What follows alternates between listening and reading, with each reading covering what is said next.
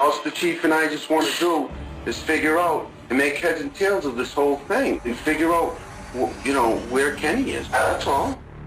He's in that bag. He is in the bag. I guess you had it coming. I guess you had it coming. If I had to choose a punishment for you, I guess you had it coming.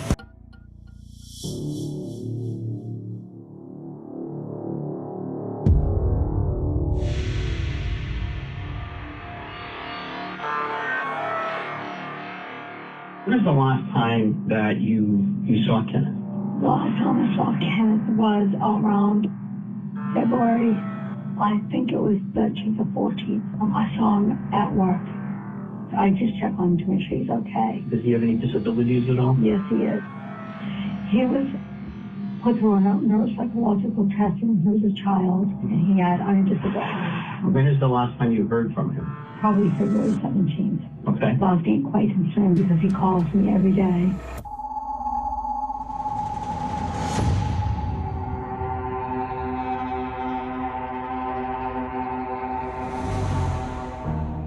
He finally gave me a call back. He was ranting and raving with his girlfriend, which was, I had no idea he had. She yelled, "Give me the phone." He said no, and she grabbed the phone and she got on the phone. And she said, "Leave the alone, you know, happy together. Who the do you think you are?" And I said, whoa, whoa, whoa, whoa, whoa. I said, "You know who you talking to? You're talking to his mom." She hung up. Who is she? Well, I found out her name was Sheila LaBar.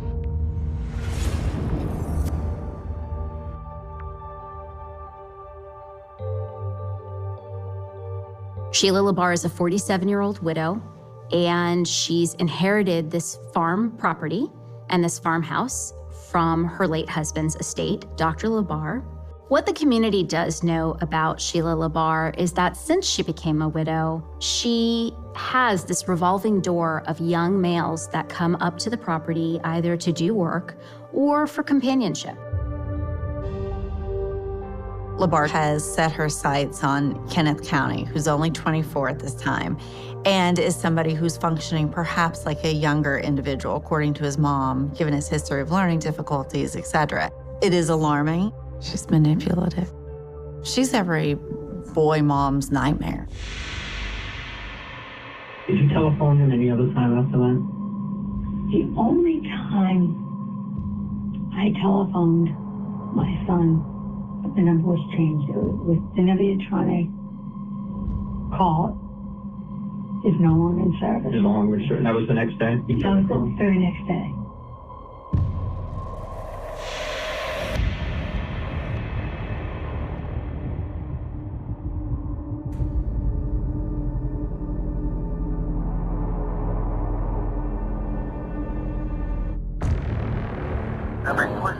Is this Sergeant Gallagher? I want to know how the effing police felt that they should come in my yard, and Mr. County does too. Do I not pay your salary? Do I not pay your salary? Am I a taxpayer? Yes, I am. I am one of the reasons you have a job. You're supposed to serve and protect me, sir. Right? If you have a problem with what we did, your complaint is to the chief of police. Okay, well, I'm going to tell you this. Anyone who camps in my yard, even under their official capacity, to look for Ken County again, is going to be named in a lawsuit. We're all going to end up in court if Ken and I don't get left alone. So the police have gone to check on Kenny, and they find him at LaBar's property, and he's seemingly fine, and he's an adult, so there's really nothing to do about this. And they leave, but LaBar is enraged by this.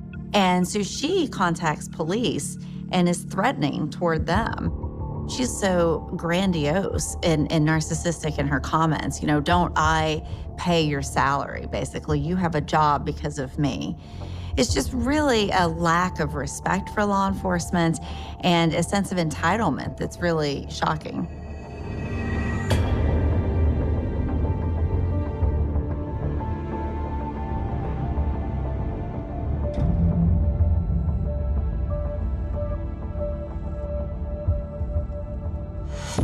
What is wrong with you? What is truly wrong with you? No. There's something severely mentally wrong with you. And you asked at it. Why don't you just admit it? In the room with me is a man, and I'm holding a revolver for my own personal self-defense. If I become deceased, let it be known that this individual has told me that his whore of a mother, in his own words, has raped, molested, and murdered various young children. You need to check and double-check and find out if he is involved in anyone who has expired. Bodies may have to be exhumed. And there is a possibility of a child that was raped, sodomized, and then murdered by a man by the name of Kenneth County. Interestingly, she initiates a phone call to the Epping Police Department, lets them know about this recording she has, where she, self-appointed law enforcement, has begun to interrogate Kenneth County, and he has admitted, supposedly on this audio tape, to crimes that his mother has committed, as well as crimes he's committed. It should be noted and clearly stated that they have absolutely no information or credible data to support that there's any truth to the claims that LaBarre is making about Kenny County or his mother. It's possible she's laying the groundwork that if it gets exposed that she was the one that killed Kenneth, that somehow that will be forgiven or justified because, you know, he looked like a pedophile. So I would be doing everybody a favor if I end up killing him.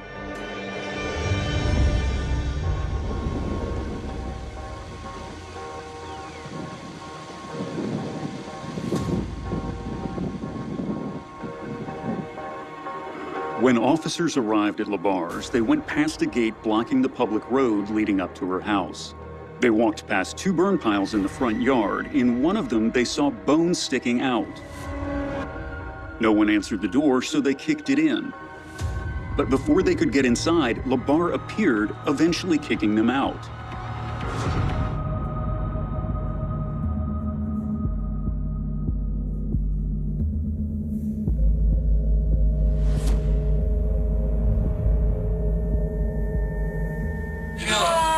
Look at me a minute.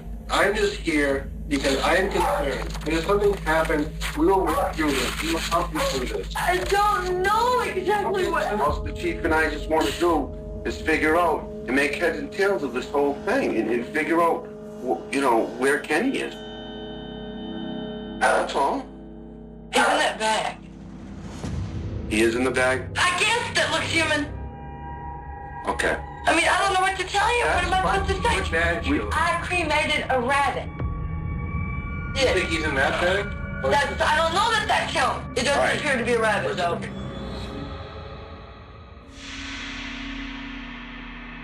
Once the police explained to her that they're concerned about Kenny's whereabouts and they're just trying to locate him, what we see is a woman who is emotionally up and down. She doesn't know what to think about Kenny's disappearance, but when they ask her directly where he is, she says he's in that bag, as if it's a matter-of-fact thing. She talks about how she was cremating a rabbit. She has lots of rabbits and animals on the property, and when they pass away naturally, that's how she disposes of them. It seems reasonable that not only does she know where Kenny is, but that Kenny is not alive anymore. Most humans cannot fit in a retail bag. And so he's not only dead, but he may not even be in one piece. I know what y'all are doing. Just shoot me. Because, man, I can't take any more stress. Sure, we're not here to accuse you of anything. We don't want to shoot you. As far as we know is Kenny County left here abruptly one day, and you don't know what happened from that point on. I called Jody about that, but I knew he was going to leave because he'd been stealing money from me. LaBarre is starting to play this cat and mouse game with the police. And that kind of zigzag approach to how somebody answers questions that doesn't make a whole lot of sense, they're talking out of both sides of their mouth, is something we commonly see in psychopathic individuals. When they speak to her, LaBarre becomes hysterical and very defiant. And to me, this says she's lost control of the situation and she's now gonna try to use theatrical displays of emotion to kind of diffuse responsibility and control the conversation, because it's hard to continue with a line of questioning. He was threatening to kill himself. He even threatened to set himself on fire. I didn't take him seriously. So, now, when did he threaten to kill himself? Many times. He threatened to kill himself many times, and he threatened to burn himself? Yes. He well, let me is ask. a horrible person. Okay. He's horrible.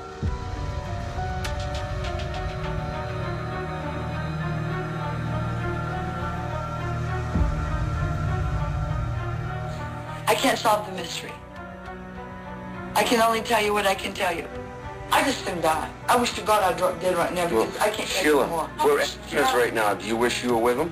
No! What do you mean by that? Well, you said that you said you wish you were dead, and I'm just trying to determine if he said or not. I don't know. I'm not a DNA specialist. I don't know. Is it going to take DNA to find out if Kenny's out in the bag? Well, of course it will.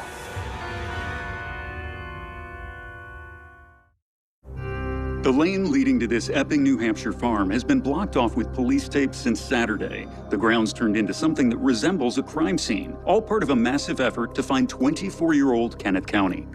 But New Hampshire authorities refuse to say whether they believe a crime has been committed here, despite the signs around the property owned by Sheila LaBarre.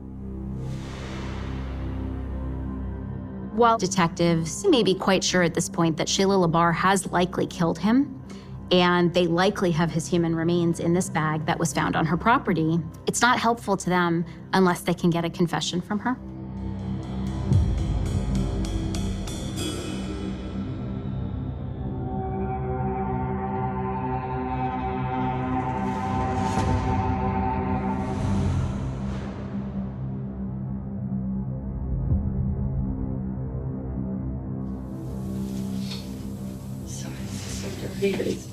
That's okay. He doesn't. I'm Trooper Jill Rocky of the New Hampshire State Police. In the room with me is Richard Mitchell of the State Police and Sheila LaBarre. Kenneth, but he didn't want to be called Kenneth anymore. Did I call Adam? I call him Adam. You call him Adam? Okay. Who's Adam? Is he a tenant of yours? Or... No. Oh, I'm sorry. Adam is Kenneth Michael County.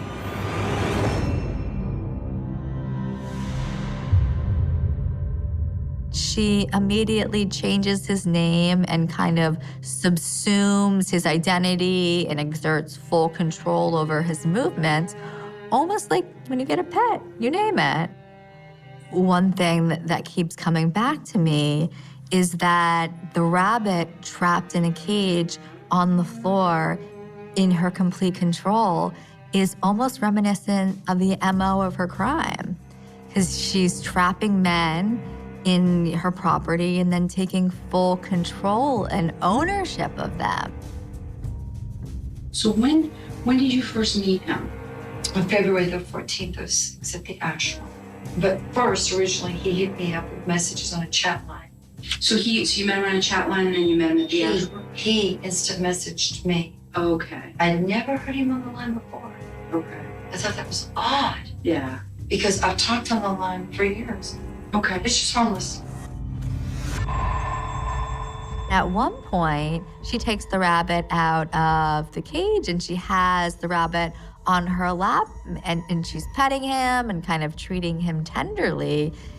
And it's chilling because she's already mentioned that she's regularly incinerating rabbits. The rabbit in the room, this is almost as a metaphor for how she treats the men. This is very consistent with what we would see with a psychopathic individual who is often proud of their behavior and want people to take notice.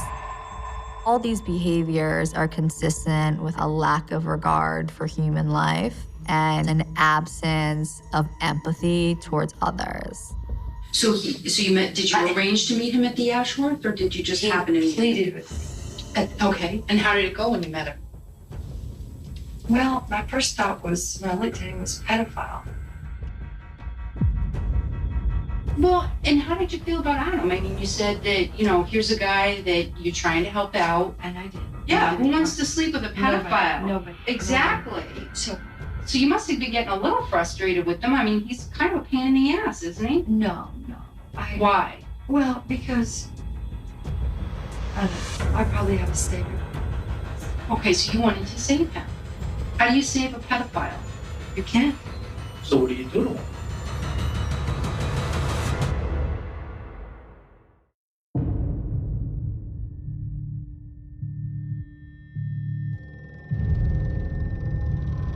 I wasn't going to give him my last name, LeBar. He wanted to be with me. He was running from debt, running from a situation down there, which includes pedophilia.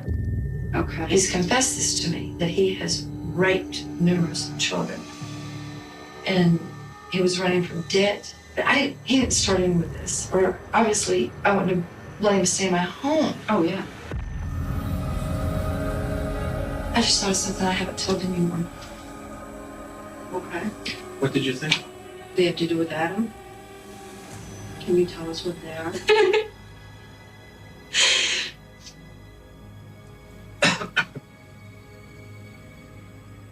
He told me that he had been planning to rob me. And that he had, because I noticed somebody had been in my purse. And I said, Adam, are you going in a purse while I'm asleep? And he said, yes. What we sometimes see more often in female psychopathic individuals is this willingness to turn on the waterworks, to start crying. It comes out of nowhere, and as spontaneously as it happens and as dramatic as it is, it spontaneously dries up just as much as a drought. Okay. And so when Adam comes up here and he moves in up and Epping with you, did he work with you at all? No, he didn't do anything except eat candy.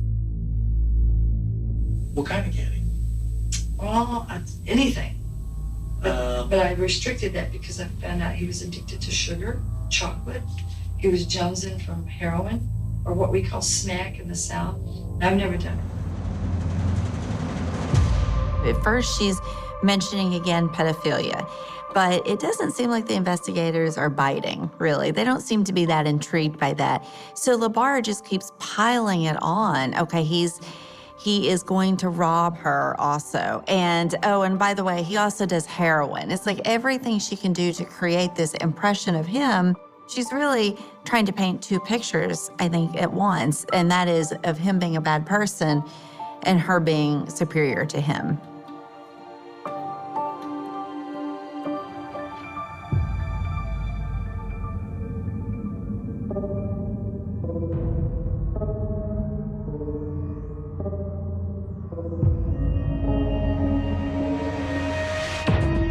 All right, what do you want to know? Everything. Well, he and I had discontinued sex for days. It discontinued? I wanted to. Okay. And basically, he's not turned on by women. Okay. It's got to be young girls or young boys or men.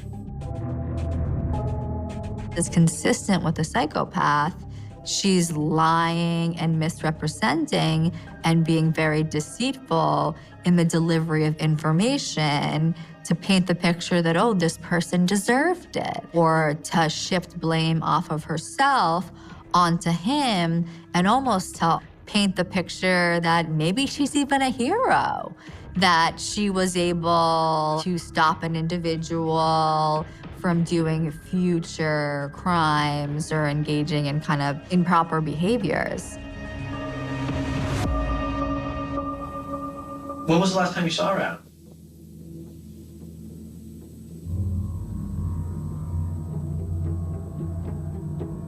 It was either the 21st or the 22nd. I'm not sure. Okay, so that's 3 or 4 days ago. What did he say? Just what you can remember. It's okay. He admitted to raping children, his family. How did he start talking about this? I noticed him looking at children. in Walmart. His eyes will look at little girls, babies, diapers, anything, and he'll go. How'd that make you feel when he did that? Upset, nauseous. Did you say anything cool? Yes. I said, What did he say? he's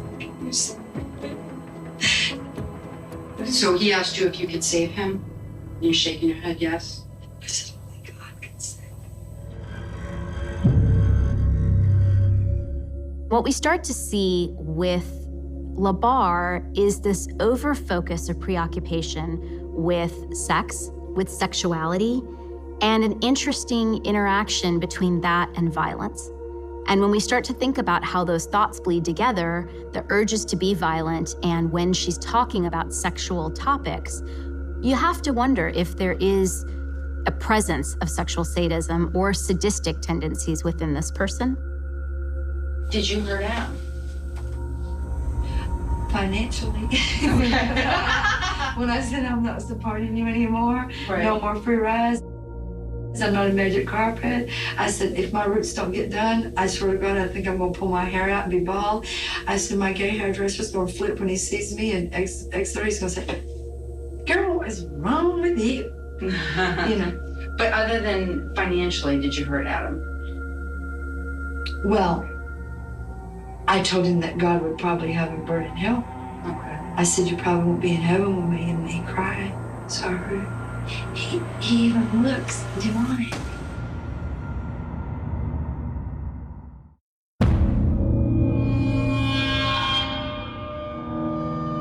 I have my card, there's only one. Let's go back in here, sweetheart. You want to go in? I know you don't. You don't understand. He's sorry about the cage being so dirty. He doesn't stay in this. He runs around the house dropping turds and everything. Wow. You said tissue. No, that doesn't bother me. You sure? I'm positive. It didn't bother me dealing with Kenneth. Let me ask this, Sheila. Yes, sir. I was told that recently Adam ended up in some sort of a wheelchair. Oh, that was, okay. Tell me about that. Okay, all that was, I said, do you want me to push you in the chair this time? And he said, yeah, I've always wanted to be pushed in a wheelchair. Did he have any injuries on him? Yes, he did, because of the pot that exploded. Our glass pot. I don't remember what date. The pot exploded at the house? That is correct. So you were pushing him around in the wheelchair at Walmart? But he didn't have to be. It was just for fun? Correct. Kenneth and Sheila were seen at Walmart, and what witnesses describe is that Kenneth County looked green, he looked sick, frail, he was being pushed in a wheelchair by Labar, and he looked bruised and battered. She just laughed it off and minimized it and said, oh, we were just playing around with the wheelchair for fun. She becomes very glib about the whole thing. And what we don't ever see is any real emotion. It paints the picture of some sadistic tendencies on Labar. It makes you wonder, what was she torturing him? What exactly was she doing to him? And then to parade him around at a Walmart or anywhere, it's pretty brazen. You know you're going out in public and there's surveillance video. But there is also this sense that she doesn't care.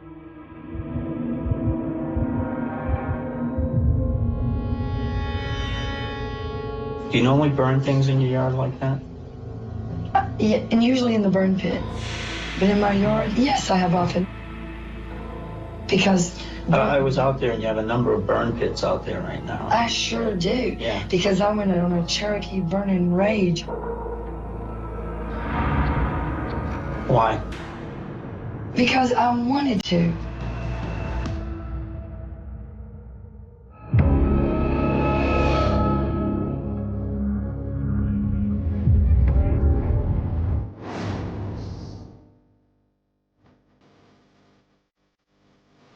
Authorities in Epping have confirmed that they've discovered human remains on the Labar property.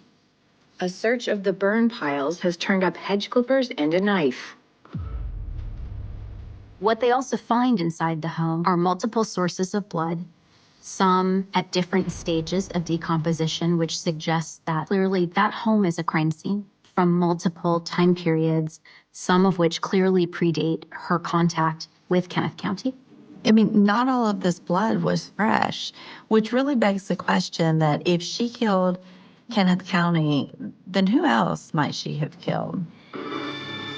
It'd be premature at this point, given the stage of the investigation we're at now, to talk about foul play.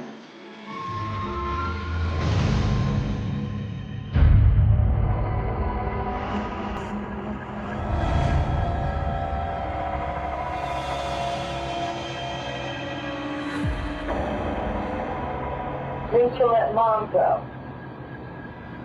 You need to cut the cord. I want to. I'm going to cut it off. No. There's something severely mentally wrong with you. Yeah, I'm going to tell you something. I'm going to do something to your mother.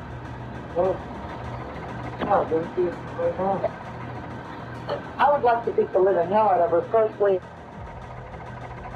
you like to close her eyes out. I need to know. You won't even touch me now. One mention of Mommy and you turn like ice for me. No. Are you Norman Bates? I am the only woman on this earth that's supposed to understand. Yes, you are. My life is valuable to me. Yours is a game. I go, you're not talking. You didn't care a word. I'm going to with that in at all. In these recordings, it seems like LaBar is just torturing Kenneth County. He's answering these questions usually with one-word answers. It makes you wonder, is she standing over him with a weapon? She talks about how her life is valuable and his is just a game. So therefore, it really doesn't matter. And it exemplifies the psychopathic trait of having this callous disregard for humanity. When we think of the grooming process, it involves an individual kind of establishing trust and a secure relationship with someone so that they feel that they're looking out for their best interest. In this case, we know that Kenny suffered from very significant cognitive deficits that interfered with his judgment and decision-making, and that he was very susceptible to the ideas of others and could be very easily manipulated. Property. They find audio recordings and video that LaBar has created of Michael DeLodge, and it seems eerily familiar to the audio that they listened to between LaBar and Kenneth County. April the 3rd, 2004. This is an interview with Michael Todd DeLodge.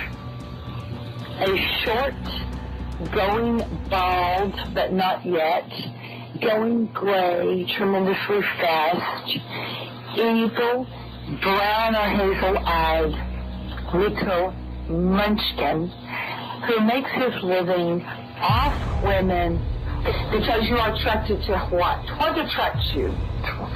What are you called?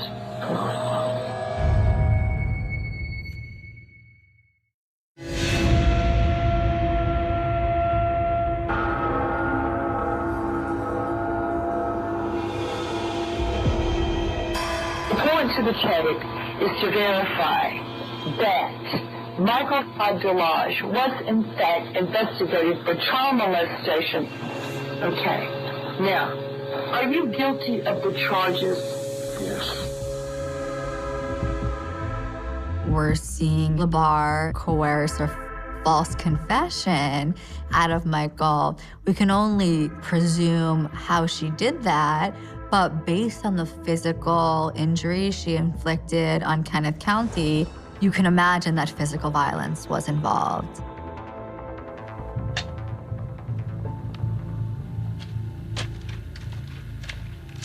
This is where I live. This is what we do. We go around picking up sticks. And before you get into some tangent about my scratch on my face, this is how it happened.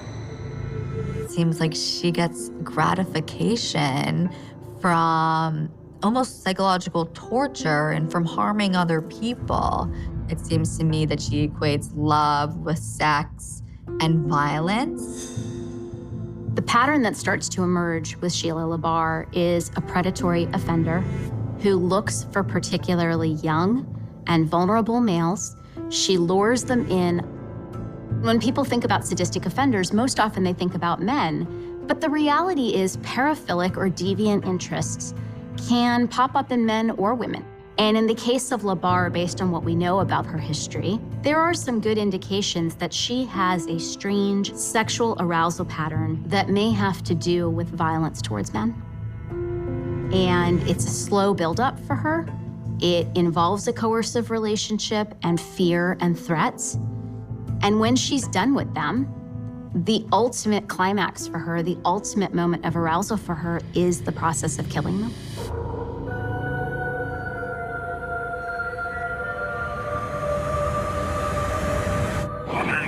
You hang up on me and you're going to be sorry.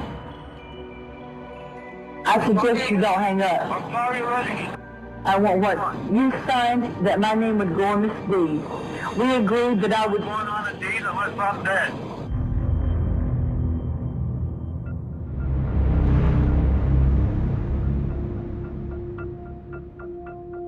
Dr. LaBarre tells her, over my dead body is when you're going to get your name on the deed.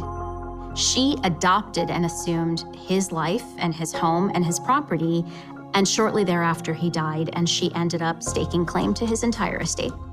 Her arrogance and narcissism and belief that she's smarter than everyone else continues to be her guiding post. Sheila LaBarre presents as someone who's pretty cold and callous and manipulative. It's really relevant here to consider the fact that the way that they met is through a call girl ad. LaBarre was, I believe, in her 20s or 30s, and there was maybe a 40-year age difference in the two, and he was relatively wealthy. And you have to wonder, you know, was this a purposeful plan that was designed to entrap a wealthy man who could then provide for her and give her a sense of security? I see her as somebody who's always thinking out her next step of how can she take advantage of somebody to satisfy her own needs.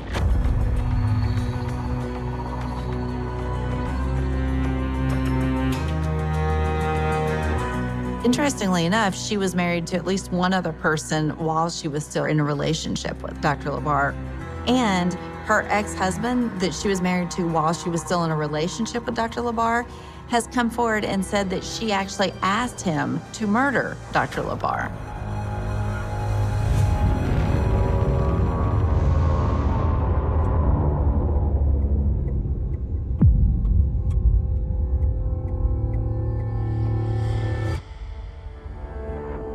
The human bones, blood, and DNA found at Sheila LaBarre's Epping farm is known to belong to Michael Delage and Kenneth County.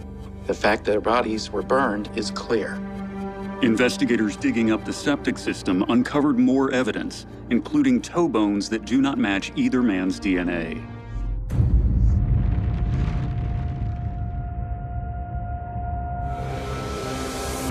Sheila LaBarre, the woman suspected in the murders of at least 2 missing men in Epping, New Hampshire, is in custody after authorities received a tip that she'd been spotted in Revere, Massachusetts.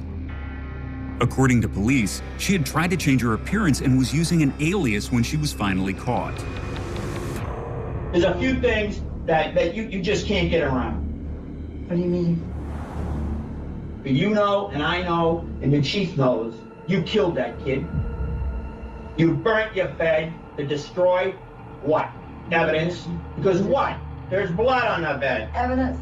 Blood on the bed. No. And what did you tell Officer Wallace? Where's Kenny? He's in that bag. That's what you said. There is no way around it. You killed this kid. I did You not killed this kill kid him. and No. you destroyed evidence by burning his body in the pit. No. I did not burn him. She did not do anything to him. Sheila, you could not have cared. If you cared about that kid right now, then you would tell me the truth. I love him still.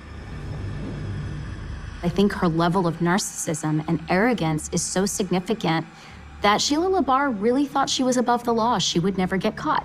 If she just kept burning her victims, nobody would ever catch her. And what I think is more likely is that she has a sadistic preoccupation with sexuality, with child sexual molestation.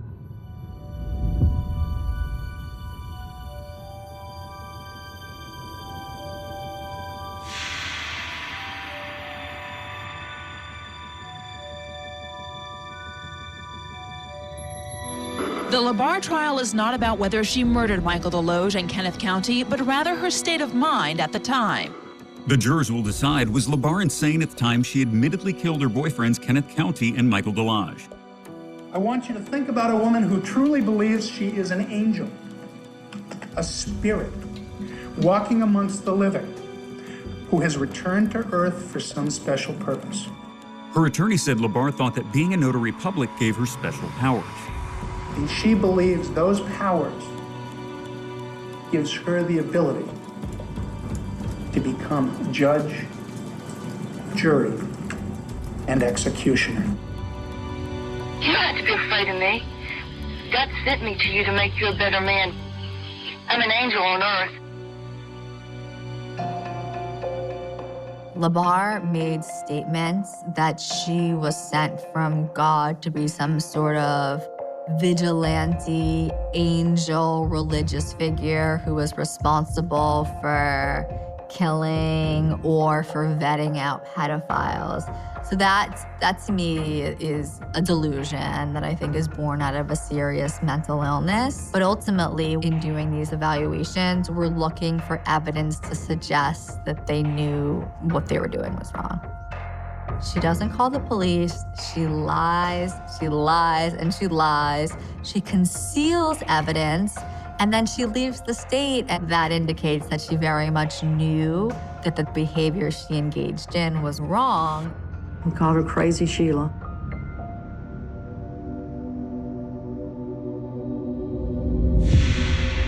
I think being sexually abused by her father created this fusion of love and hatred and sex that really plays out in her adulthood. I think she has some perversions, maybe even a paraphilia, where anything related to that content is arousing. While we do sometimes see in cases of psychopathic individuals early trauma, extreme violence, extreme sexual assault, extreme neglect, sometimes contribute to that psychopathic personality. And it's also really important to note that the vast majority of people who experience child sexual abuse, child physical abuse, neglect while growing up, do not go on to harm other people and do not go on to develop into psychopathic human beings.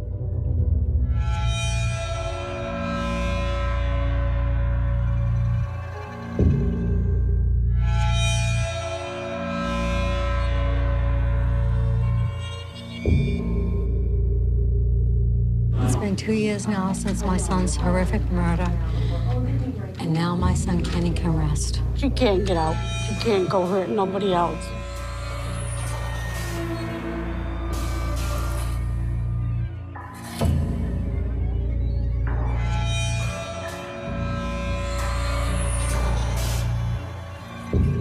I guess you had it coming. I guess you had it coming. If I had to choose a punishment for you, I guess you had it coming.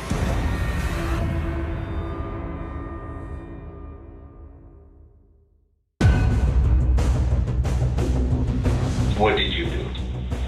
I hate violence, man, but I just lost my temper. I kept hitting her and I was telling her to please stay down for I have to hurt you more. I didn't want him to get back up. It begins with a door that never opened again, a quiet house on a quiet street in Ohio, 1976, where the lights were left on long after midnight and a radio hummed to no one, because inside that house, something went wrong so completely that nearly 50 years later, the air still feels disturbed. As if the crime itself refuses to settle, as if the walls remember what the police reports never could fully explain. This is a cold case, but it was never cold to the people who lived here, never distant to the neighbors who heard the sirens and stood barefoot on their porches, watching squad cars flood the block, never cold to the family who waited for answers that did not come, year after year. Season after season, headline after headline fading into silence. Ohio in the mid-1970s was supposed to feel safe, ordinary, predictable, a place where routines mattered and doors were locked more out of habit than fear, a place where people knew the sound of each other's cars pulling into driveways, where strangers were noticed, remembered, questioned. And that is why this case hit so hard, why it shocked the community to its core, because nothing about the victim suggested danger, nothing about that night suggested it would become a mystery that would outlive careers, marriages, entire lifetimes. The victim was last seen doing something painfully normal, something so routine it barely registered, a brief stop, a casual conversation, a promise to be back soon, words that would later echo in every retelling, every interview, every whispered theory, because those words were never kept. By morning, the house stood unchanged, except for what was missing, and what had been left behind in a way that made no sense. Investigators arrived expecting clarity, expecting a trail, expecting a suspect to rise quickly from the obvious places, but instead they found fragments, contradictions, and a scene that felt staged and unfinished at the same time, as if someone had rushed, then hesitated, then disappeared into the night with more questions than answers. There were no signs of forced entry, no overturned furniture screaming violence, yet something was unmistakably wrong, a wrongness that clung to every detail, every photograph, every evidence bag sealed with quiet urgency. The community watched closely in those early days, newspapers printing bold headlines about a shocking crime, radio announcers repeating the same limited facts, urging anyone with information to come forward, and they did. Neighbors and co-workers and distant acquaintances offering tips that ranged from promising to bizarre, each one logged, each one chased, each one slowly collapsing under scrutiny. Witnesses contradicted each other. Timelines refused to align. A vehicle seen here could not have been there. A voice heard could not be identified. A shadow moved where no shadow should have been. And as the days turned into weeks, the case slipped from the front page to the inner columns, from urgent bulletins to brief mentions, until finally it acquired the label that would haunt it for decades: cold case. Cold case did not mean forgotten. It meant unsolved, unresolved, unfinished. It meant detectives revisiting the same files late at night, coffee gone cold, eyes burning as they reread statements they knew by heart, wondering what they had missed, what assumption had quietly poisoned the investigation from the start. It meant a family marking holidays with an empty chair, birthdays without celebration, anniversaries that reopened wounds instead of healing them. Rumors spread in the absence of answers. Some said the killer was local, hiding in plain sight. Others insisted it had to be an outsider, someone passing through, someone who left Ohio long before suspicion could take shape. Names surfaced, disappeared, resurfaced again years later in barroom conversations and online forums that did not exist when the crime occurred but now kept its memory alive in fragmented digital echoes.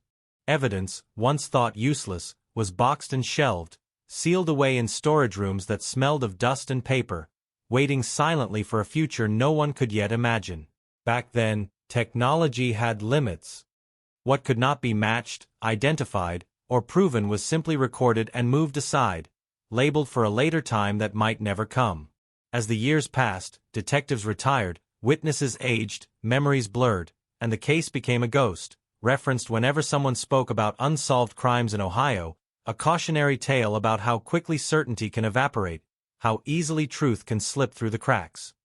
Yet something about this case refused to disappear completely, a nagging sense among those who knew it best that the answer was still there, still buried in the details, waiting for the right moment to surface. That moment would come decades later, not with a dramatic confession or a sudden arrest in the dead of night, but with a quiet decision to reopen old boxes, to test what could not be tested before, to ask questions that had once seemed pointless. A long-lost piece of evidence, overlooked not out of negligence but limitation, would suddenly become central, its significance reshaping the entire narrative, forcing investigators to confront a possibility that had always been there, hiding in the margins. When the news finally broke that charges were being considered, the shock rippled through the same streets where it had all begun, older now, changed, yet still haunted.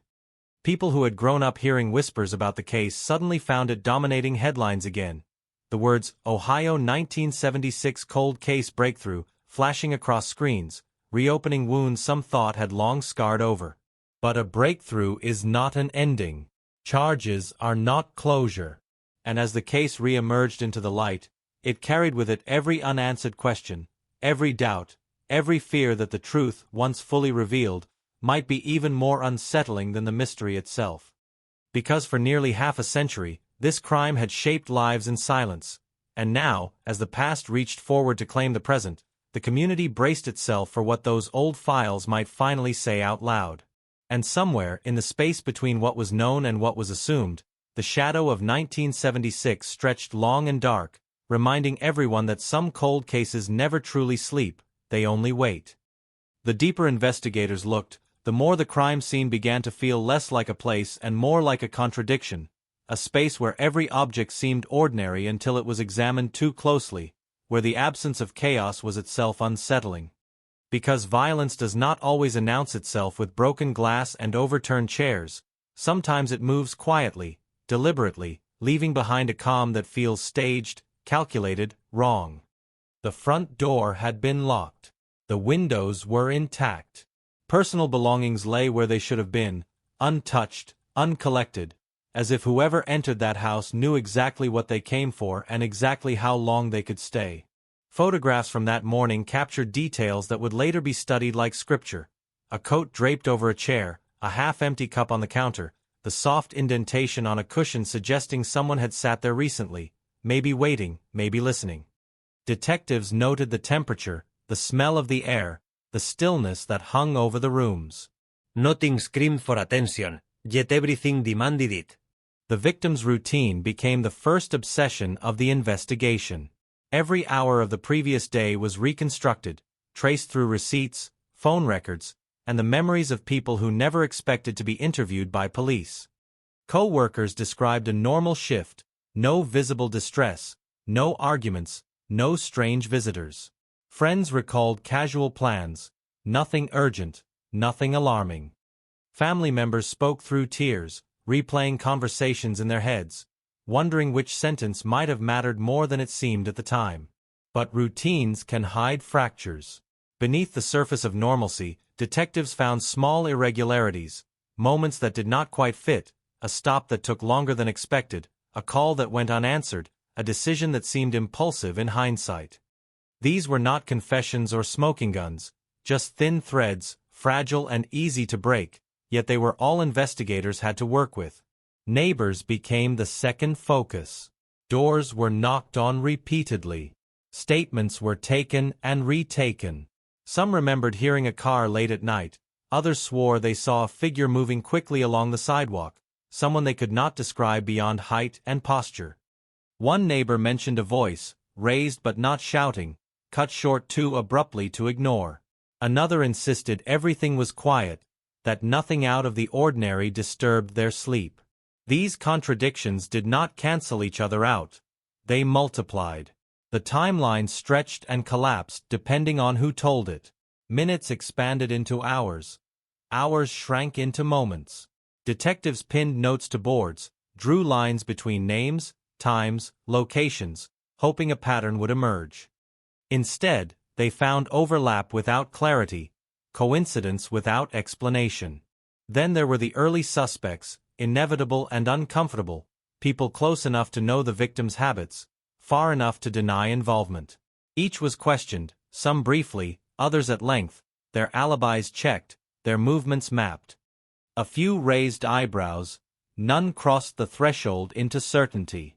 Without physical evidence strong enough to anchor the case, Suspicion drifted, never settling long enough to hold. Media pressure intensified. Headlines grew sharper. Questions more pointed. Why no arrest? Why no suspect? Was the community in danger? Police held press conferences that offered reassurance without answers, urging calm while privately feeling anything but.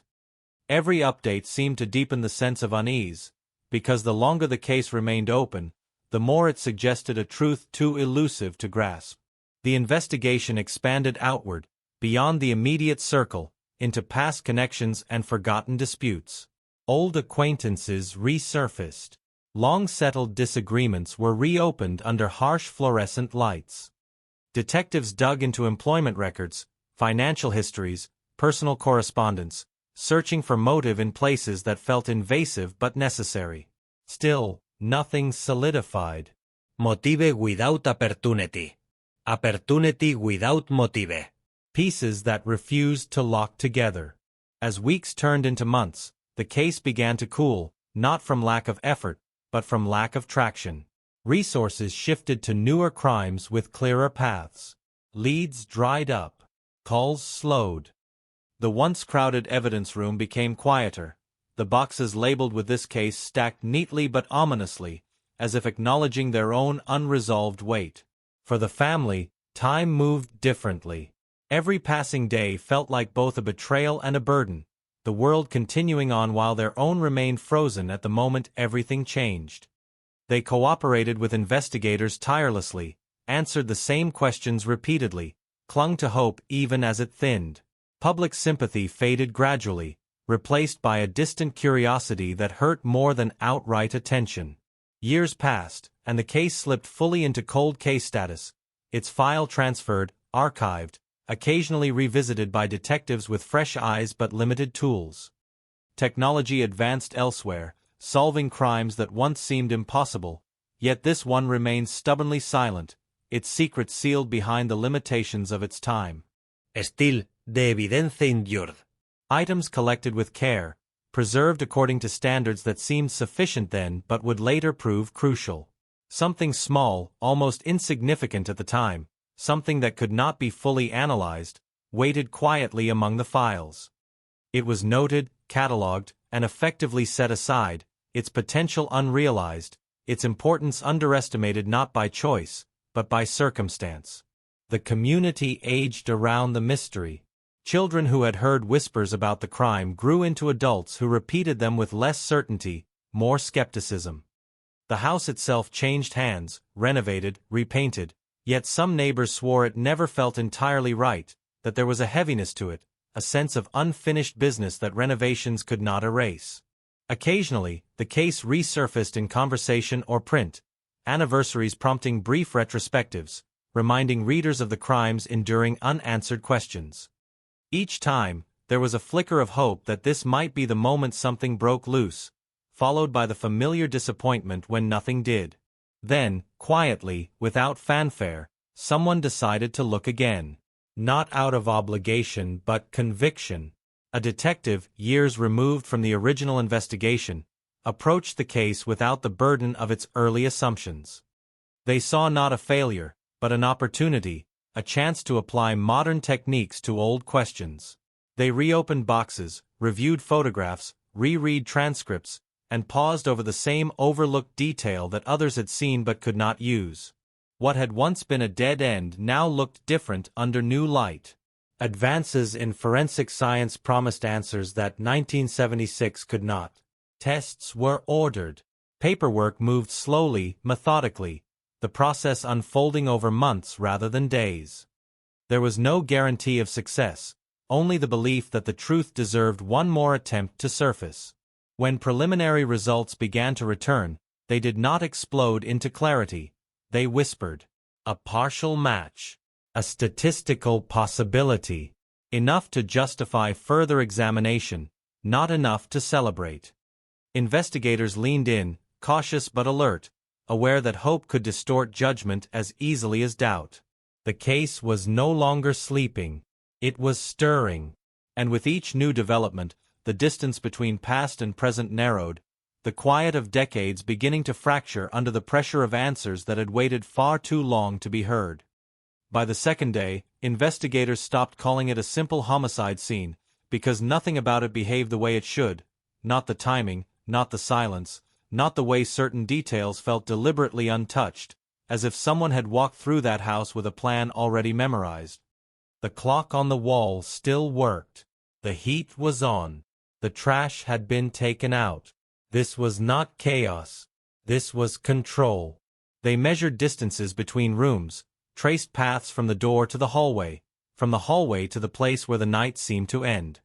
They asked themselves how long it would take to move through the house without turning on a light, how well someone would need to know the layout to do it without hesitation. That question lingered longer than most, because it suggested familiarity, not chance. The victim's final hours were rebuilt minute by minute, not because the answers were clear, but because they were not. A short drive. A routine stop.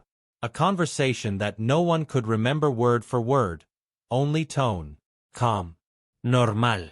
Unremarkable. Those were the words witnesses used, and those words unsettled detectives more than panic ever could. Crimes born from right leaf messes. Crimes born from intense chain leaf gaps. Phone records revealed nothing urgent, no desperate calls, no threats, no warnings. Mail piled up afterward, unopened, ordinary envelopes becoming silent markers of time passing without resolution. A calendar on the wall showed plans that would never be kept. Small details, painfully human, documented and photographed, then filed away like artifacts from a life interrupted. The first theory was simple, almost comforting in its familiarity. A burglary gone wrong. An intruder startled. Violence escalated, but the facts resisted it. Nothing valuable was missing. No drawers were ransacked. No footprints led away into the yard. The theory collapsed under its own weight, leaving behind the more unsettling alternative. This was personal. Detectives turned inward, scrutinizing relationships with surgical intensity. Who knew the victim's schedule? Who knew they would be alone? Who knew how to enter without forcing anything? Names emerged, circled, underlined, then crossed out again when alibis, though thin, could not be broken. Everyone denied involvement. Some did so convincingly, others less so. None did so definitively enough to end the conversation. Witness accounts added pressure but not clarity. One person remembered headlights lingering too long outside. Another recalled a car idling with its lights off. Someone else insisted they heard footsteps where there should have been none. Each statement felt important until it contradicted another. The truth seemed to exist somewhere between them, fragmented, distorted by fear and memory. As days stretched on, frustration seeped into the investigation. Detectives argued over direction, over whether they were missing something obvious or chasing ghosts. Evidence bags were reopened, re-examined, then sealed again with the same unanswered questions inside. The sense that time was slipping away became impossible to ignore, because witnesses forget, and killers adapt, and momentum, once lost, is rarely recovered. The media's attention sharpened that pressure. Headlines asked why no one was in custody. Talk radio speculated freely, sometimes recklessly. The word cold case had not yet been printed, but it hovered unspoken, a threat hanging over the investigation like a deadline no one wanted to admit existed. Behind closed doors, investigators confronted an uncomfortable truth. Without a confession or a piece of evidence strong enough to anchor everything else, this case could drift indefinitely. They documented what they had, preserved what they could, and hoped that time, which seemed like the enemy, might one day become an ally. When leads finally ran dry, the case did not end. It hardened. It condensed into boxes, reports, photographs, audio recordings, each one representing a moment where an answer almost surfaced and then slipped away. Among those materials was an item that generated brief interest before being quietly downgraded in importance, not because it was irrelevant, but because there was no way to extract meaning from it then. Technology had limits. Science had limits. and so that item was labeled, stored, and forgotten by all but the paper trail that acknowledged its existence. No one imagined it would matter decades later. No one imagined it would eventually become the hinge on which the entire case would turn. Years passed. Investigators retired. The town changed. New families moved in, unaware of the history beneath their streets. The case aged into legend, referenced whenever someone spoke about unsolved crimes, a reminder that not every story finds its ending. But evidence does not age the way people do. It waits. And when someone finally returned to those boxes with tools that did not exist in 1976, with methods capable of extracting truth from what once seemed mute, the past began to push back against the present. Quietly at first. Then with growing insistence. What had been dismissed as untestable now demanded attention. Requests were made. Tests were ordered. Paperwork moved slowly, deliberately, because reopening a cold case is not an act of hope, it is an act of responsibility. Every step carried the weight of decades. Every decision risked reopening wounds without guaranteeing answers. When the first results came back, they did not shout. They suggested.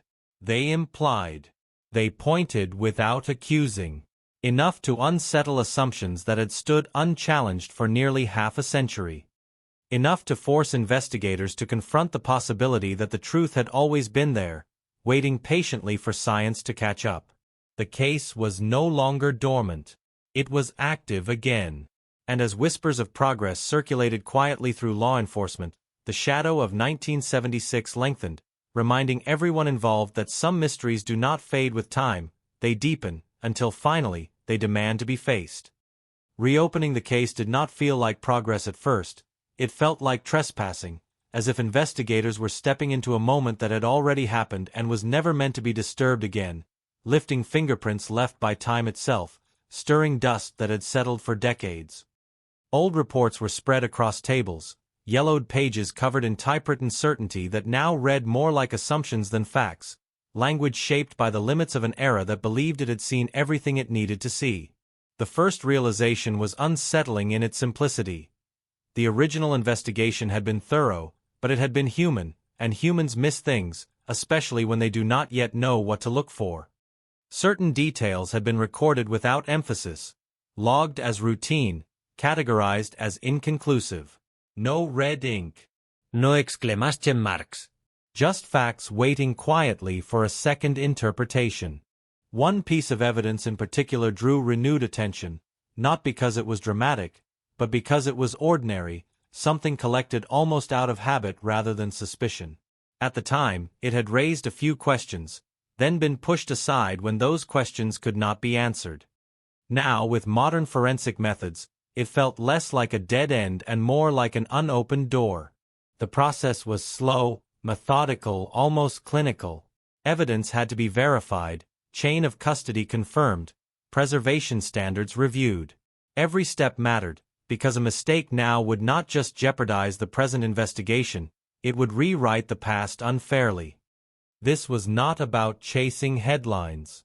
It was about precision. As technicians worked, investigators returned to the people, because evidence alone rarely tells a complete story. They sought out witnesses who were still alive, voices older, memories weathered by time. Some interviews felt like reopening scars, others like uncovering truths long buried under guilt or fear. People remembered things differently now. Some admitted details they had withheld decades earlier, convinced then that they were protecting someone or themselves. One witness paused longer than expected when asked a question they had answered confidently in 1976. The silence stretched, heavy, uncomfortable. Then came a correction, small but significant, a shift in timing, a re-evaluation of what had been seen versus what had been assumed. It was not a confession. It was something quieter, and sometimes quieter is more dangerous.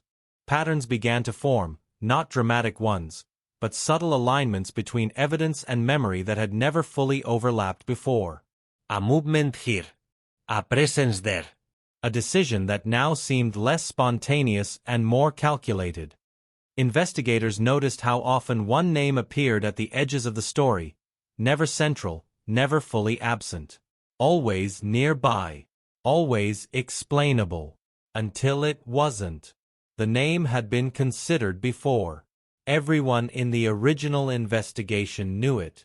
Back then, it had gone nowhere, dismissed as circumstantial, unprovable. Now, with decades of distance, investigators approached it without the baggage of earlier conclusions.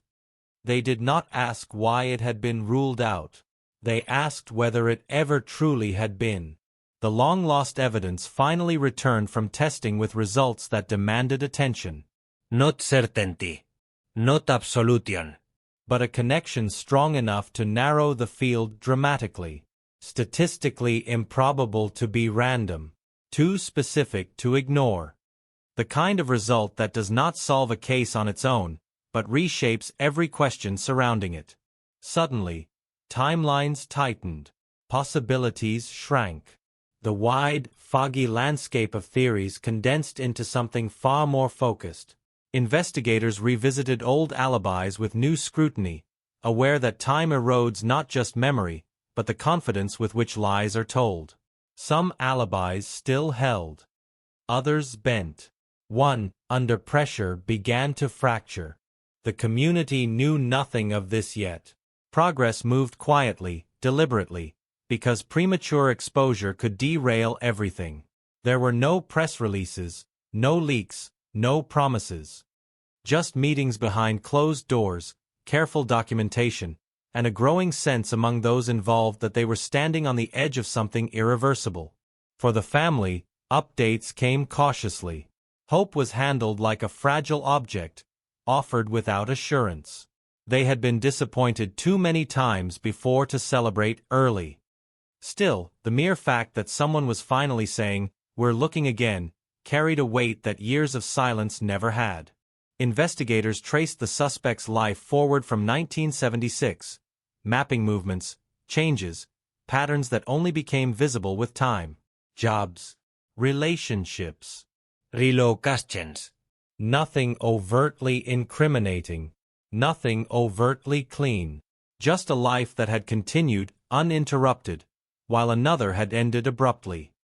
That contrast hung heavily over every discussion. When questioned again, decades later, the suspect's demeanor was calm, practiced, perhaps too practiced.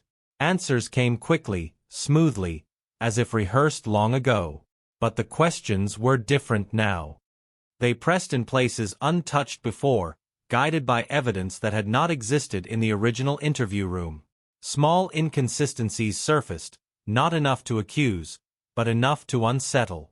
Investigators watched closely, noting changes in posture, shifts in tone, moments where certainty gave way to irritation. The suspect did not confess. They did not need to. The story itself was beginning to strain under its own weight. As the investigation deepened, the past felt less distant. 1976 stopped being a historical marker and became a living presence in every decision. Detectives felt the responsibility acutely, aware that reopening a cold case is not just about solving a crime, it is about rewriting a narrative that has shaped lives for nearly half a century.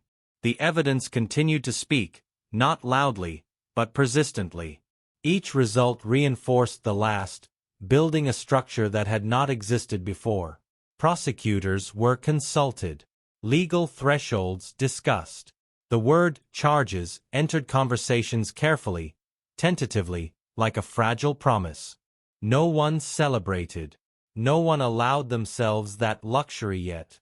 They had learned what hope can do when it runs ahead of facts. But there was a shift, undeniable, a sense that the case had crossed an invisible line from possibility into probability. Outside, life in the town went on, unaware that history was quietly rearranging itself behind closed doors. Inside conference rooms and evidence labs, the shadow of 1976 loomed closer than ever, no longer a distant mystery, but an approaching reckoning, carrying with it the weight of truth, delayed but no longer denied. The shift from investigation to preparation was almost imperceptible, but once it happened, everything felt heavier, as if the case itself knew it was nearing a point of no return. Meetings grew longer. Conversations dropped in volume.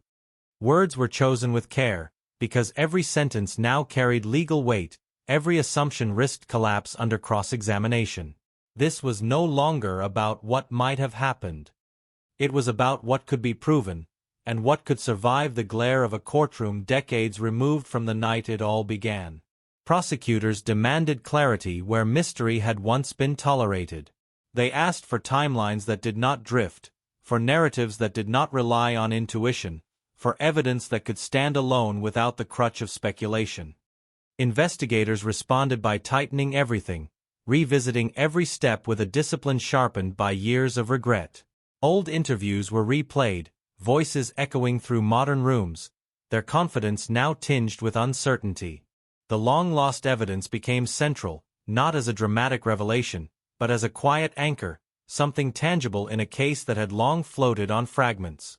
Experts explained its significance in measured tones, careful not to oversell what it could and could not say. It did not tell a story by itself. It pointed. It narrowed. It contradicted narratives that had once seemed unshakable. As the focus narrowed, pressure mounted on the suspect. Surveillance was discreet but constant. Movements were noted. Kontaktslog. Investigators watched for patterns, for signs of stress, for cracks that might reveal what decades of composure had concealed. The suspect continued life as usual, or at least appeared to, but those closest began to notice changes, moments of agitation, an edge that had not been there before. When questioned again, the tone shifted. This was not a friendly conversation revisiting old memories. This was a deliberate probe, informed by evidence the suspect did not fully understand. Questions circled familiar ground, then veered unexpectedly, testing reactions more than answers. Silence stretched longer. Deflections grew sharper. The room felt smaller, tighter, charged with unspoken accusation. Outside the investigation, the town remained unaware, its rhythms unchanged, but beneath the surface, the past was moving. People who had lived through the original shock were aging, carrying memories they thought would never be called upon again. Some sensed something stirring, a vague unease, as if an old story was preparing to re-enter the present. Within law enforcement, debates intensified. Was the evidence strong enough? Was the time gap too wide? Would a jury believe a story this old, this complex? The risk was enormous. A failed prosecution would not just free a suspect, it would seal the case permanently, turning hope into finality. Caution wrestled with urgency, each arguing its own version of justice. The family was informed carefully, step by step. They listened in silence, absorbing information that felt both validating and terrifying. 4 years they had lived with not knowing. Now, knowing seemed just as heavy, because it carried the possibility of disappointment all over again.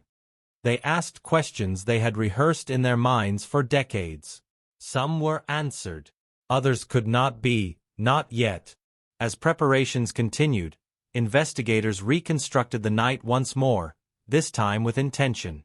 They aligned evidence, testimony, and motive into a single coherent sequence.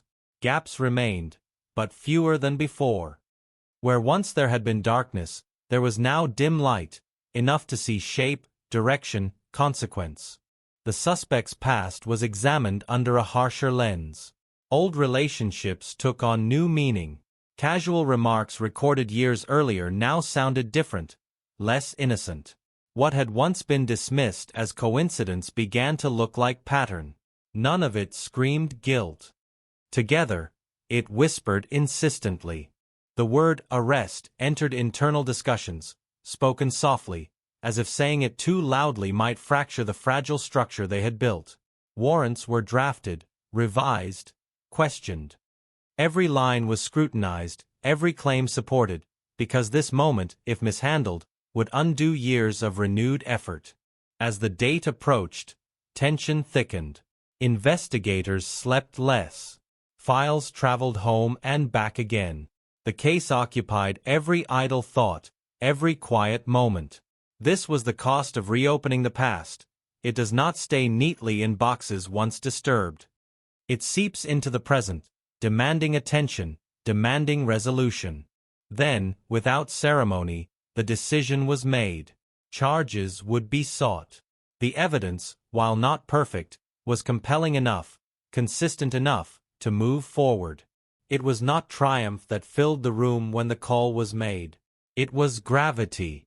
Somewhere, in a life that had continued uninterrupted since 1976, the suspect sensed a shift, a subtle change in the air that decades of distance could no longer mask. And in a town that still remembered the night everything went wrong, the past prepared to knock loudly on the present, ready or not. The arrest did not come with flashing lights or shouted commands. It arrived quietly, almost respectfully, as if the weight of time demanded restraint. When officers approached, they did so with rehearsed calm, every movement deliberate, every word measured, because this was not just an arrest, it was the collapse of a life built on the assumption that the past had been outrun. The suspect listened, expression fixed, as decades-old charges were read aloud, each word landing with a force no one in that moment could fully absorb. News traveled faster than the patrol car. Within hours, headlines erupted, screens filled with the phrase that had waited nearly 50 years to exist. Ohio 1976 cold case breakthrough. The community froze, then stirred, memories resurfacing all at once, conversations reigniting where silence had long settled. People who had lived through the original shock felt time fold in on itself, the past suddenly present, demanding to be felt again. Reactions were divided. Some expressed relief, a sense that justice, though delayed, had finally found its footing. Others met the news with disbelief, questioning how something so old could still reach into the present and claim certainty. Skepticism thrived alongside hope, fueled by the understanding that arrests do not equal answers, and charges do not guarantee truth. The family received the call they had both longed for and feared. Voices broke as information was shared, details offered with care. There was no celebration, only a heavy quiet, the realization that this step, monumental as it was, would not return what had been taken, nor erase the years spent waiting. Closure remained an abstract concept, distant, conditional. As the legal process began, the case shifted once more, its narrative reshaped for a public audience that had not followed every twist, every doubt, every false start. Prosecutors prepared statements that would have to translate decades of investigation into something coherent, persuasive, and fair. Defense attorneys moved just as quickly, framing the story as one of flawed memory, degraded evidence, and the dangers of resurrecting the past.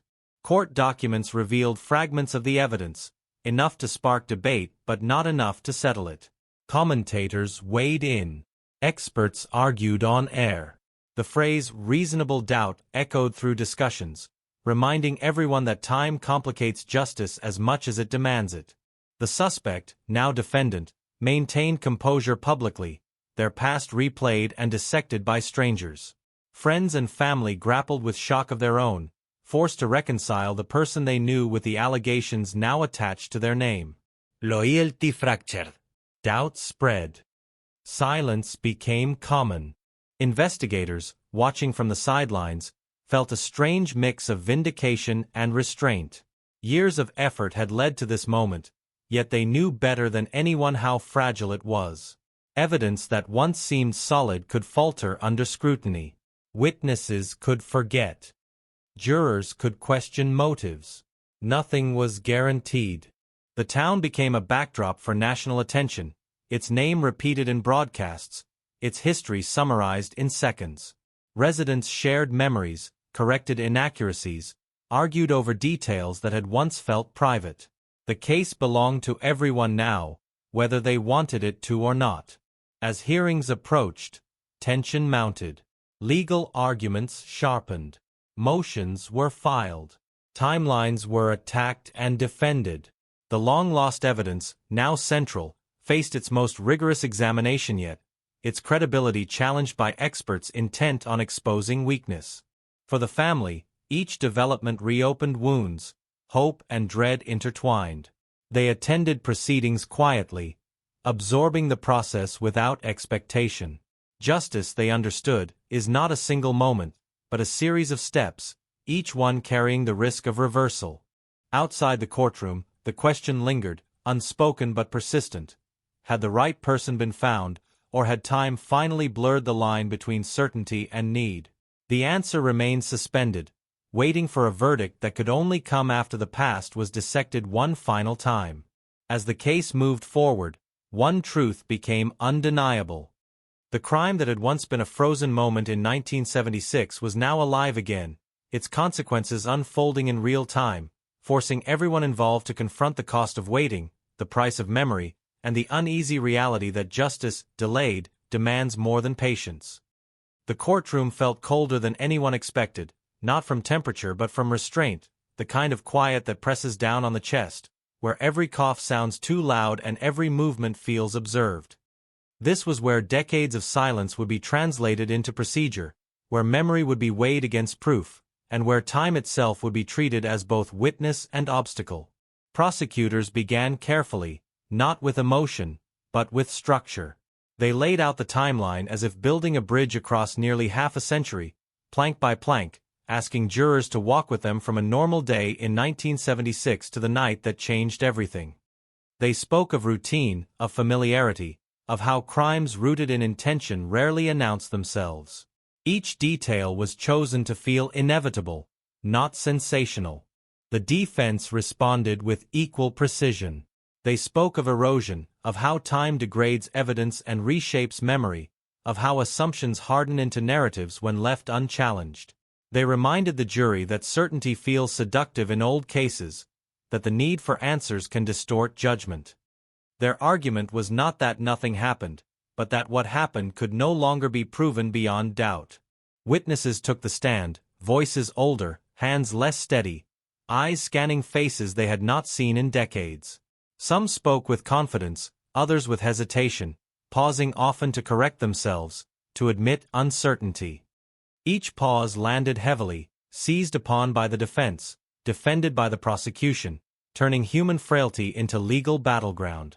The long-lost evidence finally entered the room, stripped of mystery, presented as data, charts, probabilities.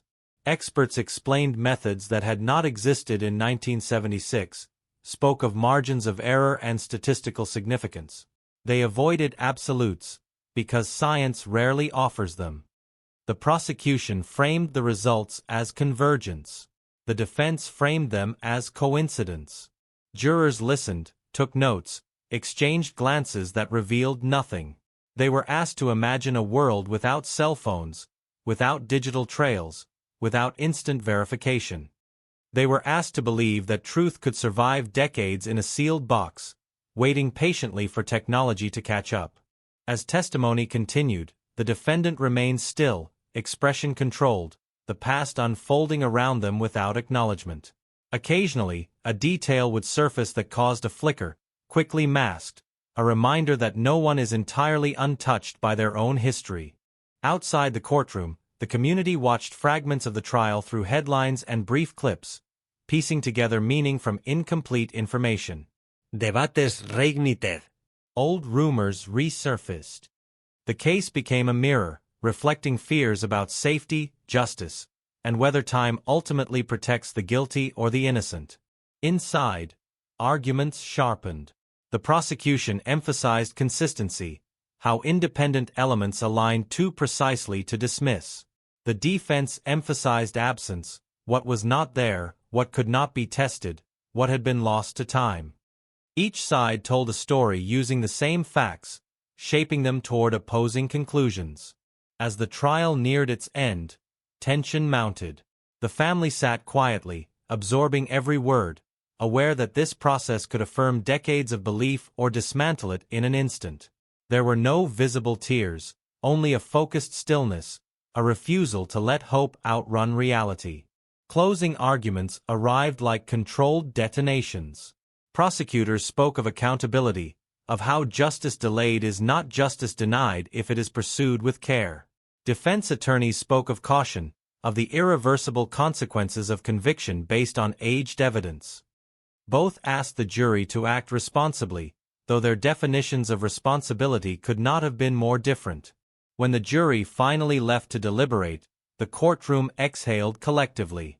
Conversations resumed in hushed tones. No one predicted outcomes aloud. Too much rested on what would happen next. Behind closed doors, jurors weighed credibility against probability, emotion against instruction. They revisited testimony, requested clarifications, asked for exhibits to be reviewed again. Time slowed, minutes stretching into hours, hours into days, the wait becoming its own trial. For the town, the verdict felt like a countdown. For the family, it felt like standing at the edge of something irreversible. And for the case itself, it was the final test, whether a crime frozen in 1976 could withstand the scrutiny of the present and emerge not just remembered, but judged. Deliberations stretched on without rhythm, the jury room sealed off from the noise outside, where speculation churned and patience thinned. Inside, the case was reduced to paper and memory, to instructions read aloud and reread, to questions that circled the same fragile center. What does certainty look like after 49 years, and how much doubt is enough to stop a verdict from forming? Jurors argued quietly, then less quietly, then retreated into silence, each carrying a private threshold they were not required to explain to anyone else. They revisited the timeline again, aligning moments like constellations, debating whether proximity implied intention or coincidence. They weighed expert testimony, parsing language that avoided absolutes, arguing over numbers that felt precise but not comforting. Some jurors focused on the convergence of details, how independent threads seemed to meet at the same point. Others focused on the gaps, the missing hours, the witnesses who could not remember what they once swore they saw. Requests went back to the courtroom. Exhibits returned. Audio played again, voices from the past filling the present with a clarity that felt almost intrusive. Jurors listened for hesitation, for confidence, for anything that might tip the balance. Each replay changed something, not always in the same direction for everyone. Outside, the family waited in a state that felt neither hopeful nor resigned, but suspended. They had learned to live in that space. Reporters gathered, rehearsing questions they might never ask, cameras pointed at a door that refused to open. The defendant remained out of sight, the uncertainty itself becoming a presence more oppressive than accusation. When the jury finally returned, it was without ceremony. Chairs creaked softly. Papers were gathered. The room settled into a stillness so complete it felt engineered. The foreperson stood, voice steady enough to mask whatever tremor lay beneath, and delivered words that did not echo as much as they landed, each syllable absorbing decades of expectation. The verdict did not resolve everything. It never does. It affirmed some truths and left others untouched, validating parts of the story while sealing off questions that would now never be asked again in this room. Reactions rippled unevenly. A sharp intake of breath. A hand gripping a noter. A stare fixed forward, refusing to reveal anything at all.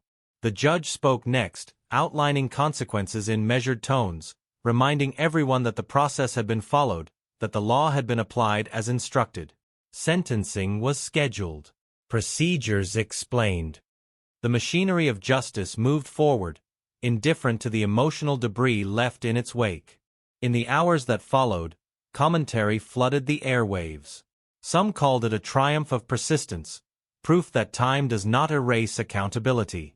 Others called it a warning, a case study in the dangers of resurrecting the past. Experts dissected the verdict, families on both sides retreated from view, and the town absorbed the outcome in private conversations and public arguments.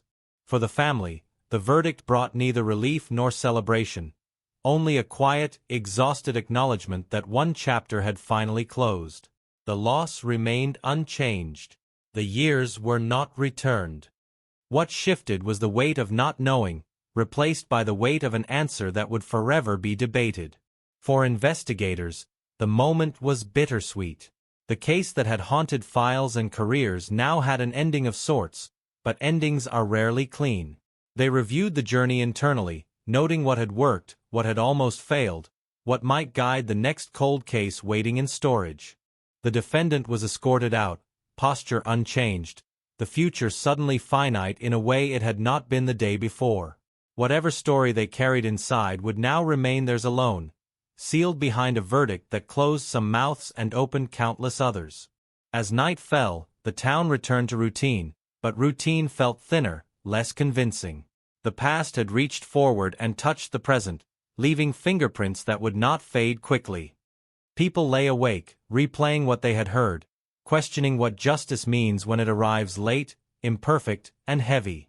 And beneath it all, the case lingered, no longer unsolved, yet not entirely settled, a reminder that even when a cold case breaks, it does not disappear, it changes form, becoming part of the collective memory, where answers and doubts coexist, and where the echo of 1976 continues to murmur. Long after the courtroom lights have gone dark. Sentencing arrived without spectacle, a date circled quietly on calendars, approached with the same restrained gravity that had defined every step since the case resurfaced. The courtroom filled again, familiar faces returning to the same seats, carrying the accumulated weight of weeks that had felt longer than years. The judge listened, expression neutral, as statements were offered, each one a careful attempt to translate loss, responsibility, and consequence into words that could survive the record.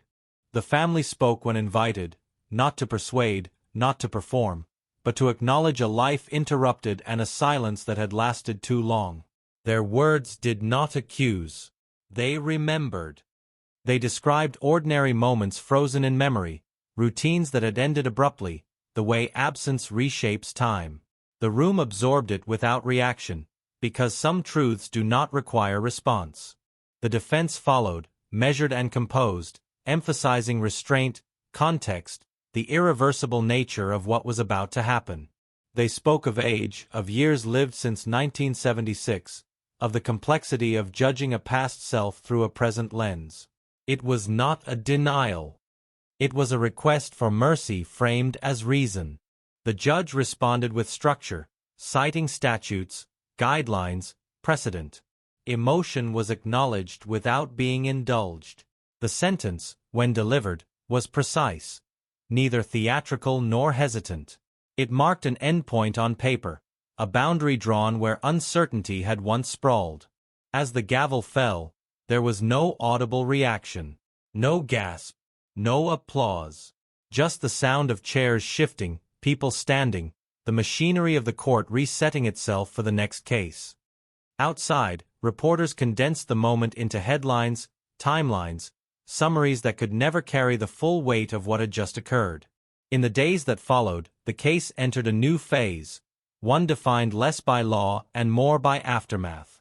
Appeals were discussed, expected, procedural. Experts speculated on outcomes. The verdict continued to live in public debate, dissected by those who believed justice had finally been served and those who remained unconvinced. For the family, attention faded gradually, replaced by a quieter reckoning. The case no longer demanded constant vigilance, but its imprint remained. They returned to routines that had once felt impossible, discovering that resolution does not erase grief, it simply changes how it is carried. Investigators archived the final documents, updating databases, closing files that had once refused to stay closed. The case became a reference point, cited in training sessions, discussed in conferences as an example of what persistence and technology could achieve together. Yet even in those discussions, caution lingered, a reminder that not every cold case will find such an ending. The town adjusted slowly. Conversations softened. News stories took precedence. But certain places retained their resonance, streets where nothing looked remarkable but everything felt layered, houses that carried histories invisible to passers-by. The past had embedded itself into the geography, subtle but permanent. Years of speculation did not vanish with the verdict. They evolved. Online forums debated details late into the night. Armchair analysts revisited evidence, challenged conclusions, constructed alternative theories that would never be tested. The case became a narrative people returned to, not for answers, but for meaning. And beneath all of it, a quieter question persisted, rarely spoken aloud, whether the truth, whatever it fully was, had been completely told. The legal system had reached its conclusion. History, less bound by verdicts, continued to hold space for doubt. As time moved forward again, the year 1976 receded slightly, no longer a frozen moment but a chapter with an ending, however contested. The cold case had broken, but it had also transformed, from an open wound into a scar, visible, instructive, and permanent. What remained was not triumph, not closure, but a reminder that some stories never truly end. They settle into the background of a community's memory, shaping how justice is imagined, how patience is measured, and how the past, when finally confronted, leaves behind echoes that do not fade easily. Time moved again, but not cleanly, not with the relief people expect when a long story finally reaches a verdict. Instead, it moved unevenly, catching on details that refused to settle, moments from the trial replayed in memory with altered emphasis, as if the mind itself were continuing the deliberation long after the jury had been dismissed. The case no longer belonged to the courtroom alone. It had spilled outward, embedding itself into conversations, into doubts, into the way the community now spoke about justice and patience. Appeals were filed as anticipated, language sharpened, arguments reframed. The defense focused on procedure, on interpretation, on whether the weight placed on decades-old evidence had crossed a line. The prosecution responded with restraint, confident but not dismissive, aware that the same patience that had carried the case this far would be required again. The legal process slowed, deliberate and methodical, reminding everyone that endings in the justice system are rarely final. For the family, this phase felt different from all the others. It lacked the intensity of investigation and trial, replacing it with a low, persistent hum of uncertainty. They followed updates selectively, protecting themselves from being pulled back into constant vigilance. Some days, the case felt distant. Other days, it returned without warning, triggered by a headline, a date, a familiar phrase. Investigators reflected privately on the journey, on the risks they had taken reopening a case many believed should remain sealed by time. They reviewed decisions, not to second-guess, but to understand. What allowed this case to move forward when so many others remained frozen? Where intuition had helped? Where it could have misled? The answers were not simple, but they were instructive. The long-lost evidence, once the quiet hinge of the case, became a subject of broader discussion in professional circles. Analysts debated its interpretation, its limitations, its role in shaping modern cold case work. It was no longer just an exhibit. It was a symbol, representing both the promise and the danger of applying new tools to old truths. In the town, memory reorganized itself. Younger residents learned the story as history rather than trauma. Older ones revisited it with altered perspective, some feeling vindicated, others unsettled. The crime that once defined fear now defined conversation, a reference point for how long consequences can stretch. The location itself continued to draw quiet attention. People passed by without stopping, yet awareness lingered, a shared understanding that something irreversible had occurred there. No plaqué marked it. No sign explained it. The knowledge existed only in memory, passed on through stories that changed slightly with each telling. Media interest faded in predictable waves, spiking with each legal development, receding in between. Commentators moved on to newer cases, fresher mysteries. Still, the Ohio 1976 cold case resurfaced periodically, cited in discussions about delayed justice, about whether answers discovered late carry the same weight as those found in time. The defendant lived within the confines of the sentence, daily life reduced to routine once more, but now defined by limitation rather than freedom. Whatever internal narrative they carried, whatever version of events they believed or denied, it remained inaccessible, sealed behind legal finality and personal silence. The case file itself rested again in storage, updated, complete, no longer marked unresolved. Yet it retained an unusual status, pulled occasionally for reference, studied by those hoping to replicate its path. It had become an example, not of certainty, but of persistence, of what happens when the past is not allowed to disappear quietly. As years continued forward, the emotional intensity dulled but never vanished. Anniversaries still arrived. Names were still spoken. The cold case, though technically solved, remained alive in the collective consciousness, not as a question, but as a contemplation, inviting reflection rather than resolution. What endured most was not the verdict, but the reminder that time does not heal all wounds, it only changes how they are carried.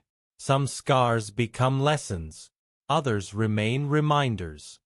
And in Ohio, 1976 did not fade into history so much as it settled into it, a story told softly now, but never without weight, never without the echo of a night that refused to be forgotten. With distance came reinterpretation, the subtle reshaping that happens when urgency fades and perspective widens, when a case is no longer lived moment to moment but examined as a whole. Scholars, investigators, and journalists revisited the record, not to change the outcome, but to understand its implications. They spoke less about guilt and more about process, about how a cold case moves from dormancy to disruption, and what that journey costs the people caught inside it. Training rooms across the country used fragments of the case to illustrate possibility. Slides showed timelines stretching across decades. Lectures emphasized patience, evidence preservation, the quiet power of documentation done correctly. Yet, alongside optimism ran caution. Instructors reminded students that for every case reopened successfully, dozens remained silent, their evidence intact but unyielding, their answers permanently out of reach. The family settled into a version of normal that felt earned rather than restored. They carried the story with them differently now, no longer defined solely by unanswered questions, but by a complex mixture of validation and grief. They spoke less to the media, choosing instead private remembrance, moments where the victim was remembered not as part of a case, but as a person whose life had extended beyond the night it ended. The town absorbed the case into its identity quietly. It became a reference point in local history, mentioned without sensationalism, a reminder that even familiar places can carry unseen depth. New residents learned the story as something that had happened long before their arrival, while long-time ones measured their own lives against it, marking personal milestones by where they had been when the news first broke and when it finally returned.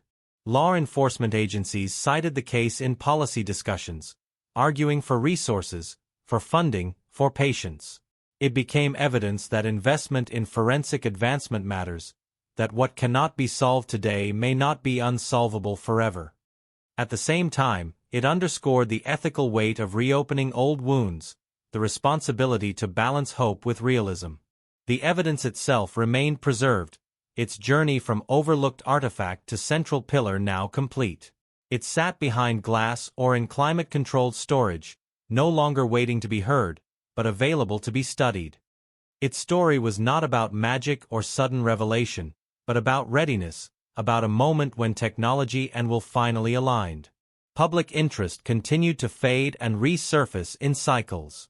True crime series referenced the case in passing, podcasts dissected it episode by episode, each retelling emphasizing different aspects, each shaping perception anew. With every retelling, the story evolved slightly, the edges smoothing, the ambiguity either sharpened or softened depending on the narrator's intent. For some, the case represented hope, proof that justice can reach across time. For others, it remained a cautionary tale, a reminder that certainty achieved late is still vulnerable to doubt. Both interpretations coexisted, neither canceling the other out, each reflecting something true about the human desire for resolution. As years continued forward, the urgency diminished, but the resonance did not. The case lingered in professional memory and public imagination alike, not because of its outcome, but because of its journey, the long arc from silence to reckoning. In the quiet moments, away from headlines and analysis, one truth remained unchanged. A life had ended abruptly in 1976. No verdict, no sentence, no scholarly debate could alter that fact. What the case offered instead was acknowledgement, a refusal to let that ending disappear into statistical anonymity. And so the story carried on, not loudly, not insistently, but persistently, reminding anyone willing to listen that some cold cases, once broken open, continue to shape the present long after the legal chapter has closed, their echoes stretching forward, asking not just what happened, but what it means to remember, to pursue, and to wait. In the end, the story did not close with certainty so much as with silence, a different kind of silence than the one that followed the crime, heavier, more deliberate, shaped by everything that had finally been said. The case settled into history, not as a neat conclusion, but as a layered memory, one that resisted simplification. People stopped asking what would happen next and began asking what all of it had meant, a quieter question with no official answer. The town learned to live with the knowledge differently now. The streets looked the same, the houses stood unchanged, but familiarity had been altered by awareness. Ordinary places carried invisible weight, reminders that the past does not announce itself, it embeds. People passed the location without slowing, yet their thoughts lingered, an unspoken acknowledgement that something irreversible had once unfolded there. For the family, time resumed its forward motion, but with a distinct boundary now drawn between before and after. They no longer measured days by investigation updates or court dates. Grief remained, but it no longer floated unanchored. It had a shape, a context, a place to rest, even if it never truly left. Remembrance became quieter, more personal, no longer filtered through public speculation. Within law enforcement, the case became a benchmark, invoked not as a miracle, but as a lesson. It taught restraint as much as ambition, reminding investigators that persistence must be paired with humility, that reopening the past demands care equal to determination. It stood as proof that answers can arrive late, and as warning that they rarely arrive complete. The long-lost evidence, once silent, now rested with its role fulfilled. It had not spoken loudly or clearly enough to erase doubt, but it had spoken just enough to change the course of history. Its journey reflected the larger truth of the case, that progress is often incremental, and meaning emerges not from a single revelation, but from accumulation. Public memory continued to reshape the narrative, smoothing some edges, sharpening others. New generations encountered the story without the fear that once accompanied it, hearing it as history rather than threat. Yet even for them, it carried an unease, a recognition that time does not guarantee distance, that unanswered questions can sleep for decades and still awaken. The defendant's story faded from view, absorbed into the machinery of consequence, no longer debated daily, no longer headline-worthy. What remained was not the person, but the impact, the ripple created by actions whose full truth might never be spoken aloud. As the years continued forward, anniversaries arrived more gently. The date no longer commanded attention, but it never passed unnoticed. Memory, once raw, became reflective, carrying less urgency and more gravity. And so the case reached its quiet conclusion, not with resolution, but with recognition. Recognition of a life lost. Recognition of a community changed. Recognition that justice, when delayed, arrives altered, carrying both validation and uncertainty in equal measure. The cold case had broken, but it had not disappeared. It had transformed into something enduring, a story told softly now, yet never without weight, never without the echo of a night in 1976 that refused to be forgotten, and a truth that emerged slowly, imperfectly, but with enough force to ensure that silence would never fully reclaim it again.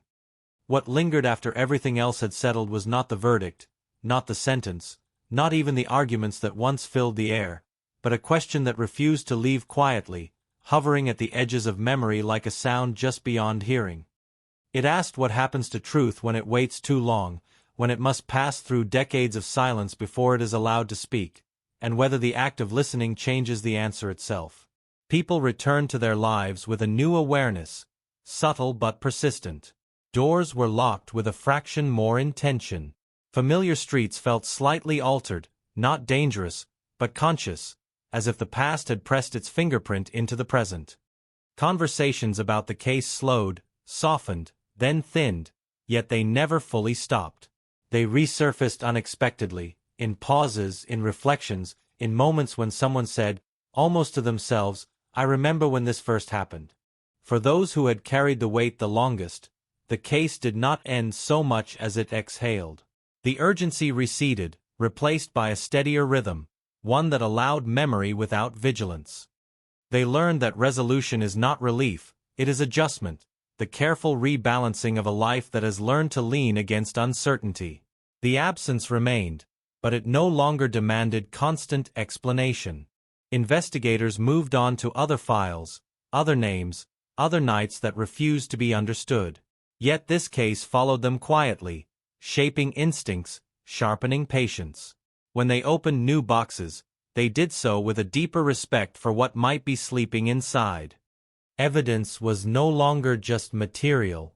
It was potential, a future conversation waiting for the right moment to begin. The story itself continued to travel, stripped of immediacy, gaining reflection. It became a reference whispered in hallways, cited in classrooms, mentioned in passing by those who spoke about cold cases not as puzzles, but as responsibilities.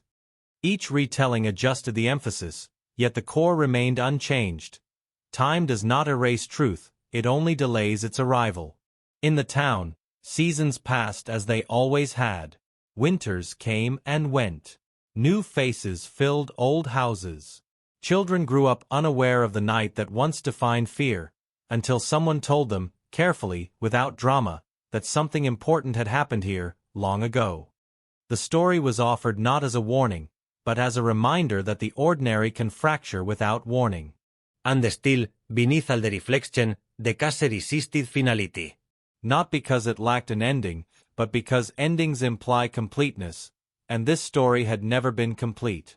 There were moments unspoken, motives unexplained, truths that might never surface.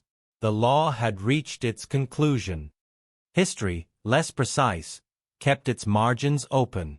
That is where the case ultimately lived, in those margins, where certainty and doubt coexist without canceling each other out, where justice is acknowledged without being idealized, where memory is honored without being forced into clarity it cannot sustain. The night in 1976 remained what it had always been, a point of rupture. But around it, time had finally gathered enough context to give it meaning, if not peace. The cold case had broken, not to provide comfort, but to ensure that silence did not win. And as the story faded into its final quiet, it left behind a single enduring truth, spoken without emphasis, without accusation, without spectacle. Some questions take a lifetime to answer. Others never do. What matters is that they are not abandoned, that they are carried forward, patiently, until the world is ready to listen. Years after the courtroom lights dimmed and the microphones were packed away, the case continued its quiet afterlife, not in headlines, but in the private spaces where memory does its most persistent work. It lived in late-night thoughts, in half-remembered details that resurfaced without warning, in the way certain dates still tightened the chest before the mind caught up. The story had lost its urgency, but it had not lost its gravity. It had simply changed the way it pressed down. Those who once followed every development now found themselves recalling fragments instead of facts. The sound of a voice. The image of a photograph. A sentence from an old report that never quite resolved into clarity. Memory edited the case with time, removing sharp edges while preserving the weight. What remained was not a sequence of events, but an atmosphere, a sense that something important had unfolded and that its full shape could never be fully traced. In archives and records rooms, the file rested among thousands of others, its label no longer attracting attention. Yet it carried a distinction invisible to the eye. It had crossed the boundary between active mystery and historical reckoning, a rare transition that left it belonging fully to neither. It was solved, and yet it was not finished. That tension defined its legacy. The community's relationship with the past continued to evolve. What had once been spoken in hushed tones was now referenced openly, but without dramatics. The shock had softened into awareness. The fear into caution. The anger into something quieter and more difficult to name. People understood now that the danger had not been external or obvious. It had existed alongside normal life, unnoticed, unremarkable, until it was too late. For some, the breakthrough had brought validation. For others, it had reopened wounds they had spent years carefully sealing. The truth, when it finally arrived, did not arrive gently. It forced memory to realign itself, to accept that the past they had learned to live with was incomplete.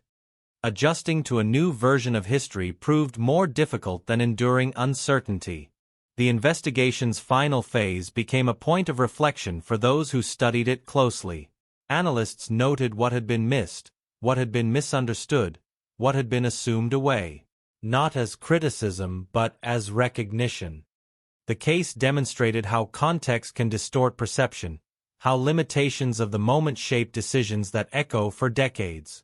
It was no longer just a story about crime. It was a study in time. Evidence, once frozen, had moved again. Not dramatically, not decisively, but enough to change the trajectory.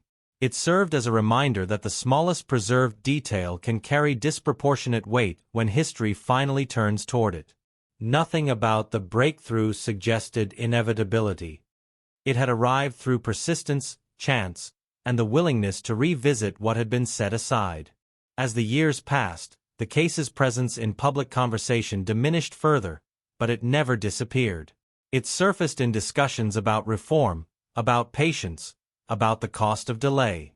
It was cited not for its conclusion, but for its endurance. The length of time it had taken to speak became as significant as what it had eventually said. Those closest to the loss carried forward with a quiet resolve that did not seek acknowledgement. Their relationship with the case had changed irrevocably. It no longer defined their days, but it remained part of their internal landscape, a reference point they would always feel, even when not actively recalling it. Closure, they learned, is not an ending. It is a coexistence. And so the story continued, not forward, but outward, diffusing into the broader understanding of what cold cases represent. Not forgotten tragedies waiting passively for discovery, but living questions, shaped by time, altered by perspective, and resistant to finality. The night in 1976 remained distant, yet present. Its shadow no longer dominated, but it never fully receded. The breakthrough had shifted the balance, allowing light in without eliminating darkness entirely. That was the true legacy of the case. Not certainty. Not absolution. But acknowledgement. In that acknowledgement, the story found its lasting place. Not as a solved puzzle, but as a reminder that truth does not always arrive when it is needed most. Sometimes it arrives when it can no longer change the past, only the way the past is carried into the future. What remained hardest to define was the echo, the way the case continued to resonate without demanding attention, like a low-frequency hum felt more than heard. It surfaced in subtle ways, in how people spoke about trust, about familiarity, about the illusion of knowing a place simply because you had lived there long enough. The case had not taught fear. It had taught awareness, a quieter, more enduring lesson.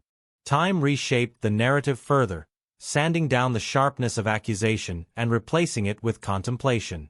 The urgency that once drove every update had dissolved into something reflective. People no longer asked what happened next. They asked how something like this had been allowed to unfold unnoticed, and how many similar stories were still suspended in silence, waiting for the same fragile convergence of attention and chance. The town itself absorbed the story into its identity without ceremony. There were no plaques, no markers, no official remembrance.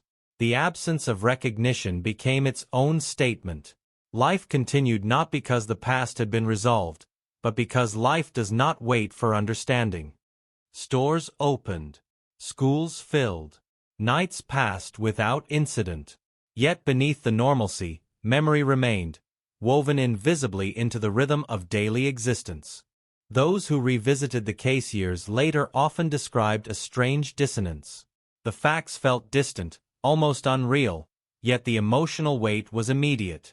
Reading old transcripts or listening to archived recordings carried an intimacy that defied time.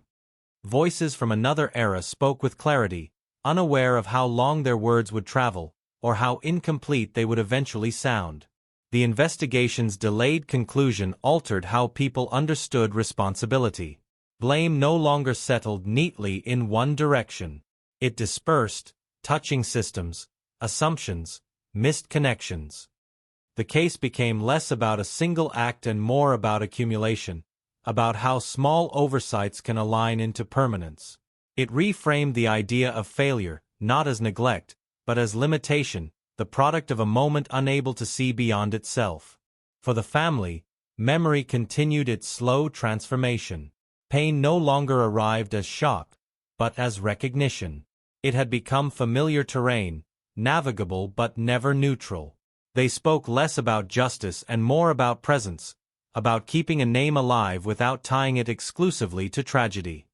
The case had given them answers of a kind, but it had also given them distance, the space to define their loss on their own terms. The cold case label itself evolved in meaning.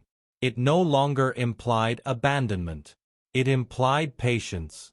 The understanding that time can be an obstacle, but also a tool. That waiting does not always signify neglect. Sometimes it signifies restraint, the acknowledgement that certain truths require conditions not yet met. In professional circles, the case was cited not for its resolution, but for its restraint, for what had not been rushed, for what had been preserved. It illustrated the value of continuity, of keeping records intact even when momentum fades. It showed that progress does not always arrive through innovation alone, but through respect for what already exists. Public interest flickered occasionally, sparked by anniversaries or passing references, then faded again. Each resurgence carried less intensity, but more clarity. The story no longer needed embellishment. Its power lay in its simplicity, in the stark contrast between how long it remained unanswered and how quietly it eventually shifted. As the decades stretched further from the night in question, the case lost its ability to shock, but gained the ability to instruct. It reminded those who encountered it that certainty is often provisional, that understanding evolves, and that the past is not fixed simply because it has already occurred. The community, once defined by the rupture, now carried the case as part of a broader narrative, one that acknowledged vulnerability without being defined by it. The story had become less about what was taken and more about what endured. Memory, accountability, the refusal to let silence stand unchallenged forever. In this way, the case never truly ended. It continued not as a mystery, nor as a warning, but as a quiet companion to time itself. A reminder that some stories do not seek resolution so much as recognition, and that even when answers arrive late, they still alter the landscape they enter. The night in 1976 remained distant, blurred by years, but it had not vanished. It existed now as context rather than crisis, a reference point rather than a wound. The cold case had crossed into history, carrying with it the understanding that truth, once uncovered, does not restore what was lost, but it does ensure that loss is not reduced to silence. And so the story continued forward without momentum, without drama, sustained only by memory and meaning. It asked nothing from the future except attention, and in that modest request, it secured its place, not as a headline, but as a lasting presence, felt quietly, steadily, long after the noise had faded. By the time the story reached this far into the future, it no longer announced itself as a case at all. It existed instead as a residue, something left behind after attention moved on, after urgency dissolved, after the language of shock lost its edge. What remained was subtler and more difficult to articulate, a sense that the past had not closed, only settled into a different position, closer to the surface than anyone expected. The night itself had become abstract, reduced to fragments that resisted assembly. Weather reports. A time stamp. A stretch of darkness measured in minutes that once mattered more than anything else. These details no longer promised answers. They functioned as markers, proof that the event had been real, anchored in a specific moment, even as its meaning continued to drift. For those who encountered the story late, without emotional investment, the case carried a quiet unease. There was no dramatic twist waiting at the end, no revelation clean enough to justify the years of uncertainty. Instead, there was the realization that reality rarely conforms to narrative expectations. The truth, when it finally emerges, often does so incompletely, leaving behind as many questions as it resolves. The legal outcome, once scrutinized, receded into the background. What mattered more was the shift in perspective it forced. People began to understand that justice delayed is not merely justice postponed. It is justice transformed, altered by time, shaped by memory, constrained by what can no longer be recovered. The case illustrated this without commentary, without instruction, simply by existing. The evidence that had once reignited everything now belonged fully to the past again. Its power had been exhausted, its role fulfilled. It no longer suggested possibility. It represented consequence. A reminder that preservation is an act of faith, that saving something without knowing why is sometimes the most important decision made. In quiet moments, the town still carried the story forward unconsciously, not as fear, not as suspicion, but as awareness. A recognition that safety is never absolute, that familiarity can be misleading, and that the most significant events often unfold without witnesses. This understanding did not dominate daily life, but it never fully left it either.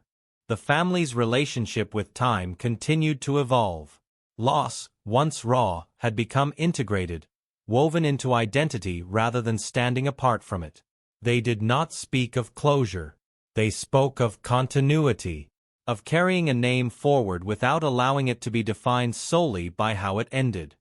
The case had changed their trajectory, but it no longer controlled it. As the years pressed on, the story grew quieter still.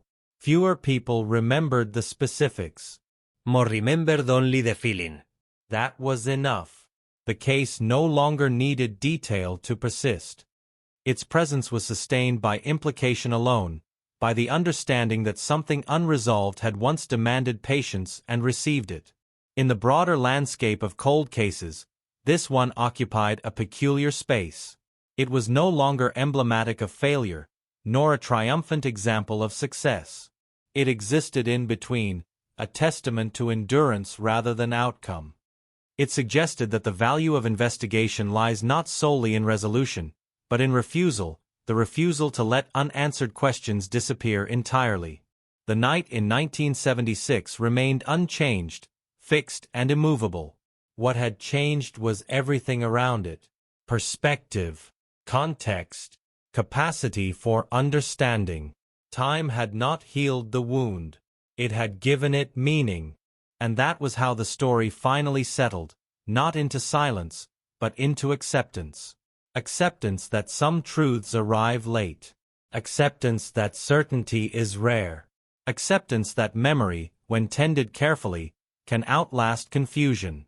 The cold case had broken, but its echo endured, steady and unresolved, reminding anyone who listened closely that the past does not ask to be solved. It asks to be remembered. Long after the last official word had been spoken, the case continued to exist in a quieter register, one that did not belong to courts or records but to the spaces between them. It lived in the way certain stories were told more slowly now, with longer pauses, as if the speaker was listening for something beneath their own words. The case no longer demanded attention. It invited reflection, and reflection proved harder to dismiss. The passage of time introduced a strange clarity. Without the pressure of urgency, details once argued over lost their sharpness and revealed their shape. What had mattered most was no longer who said what or when, but how easily certainty had once been assumed, and how long it took to understand that certainty had been misplaced. The case became an example not of deception, but of confidence undone by patience.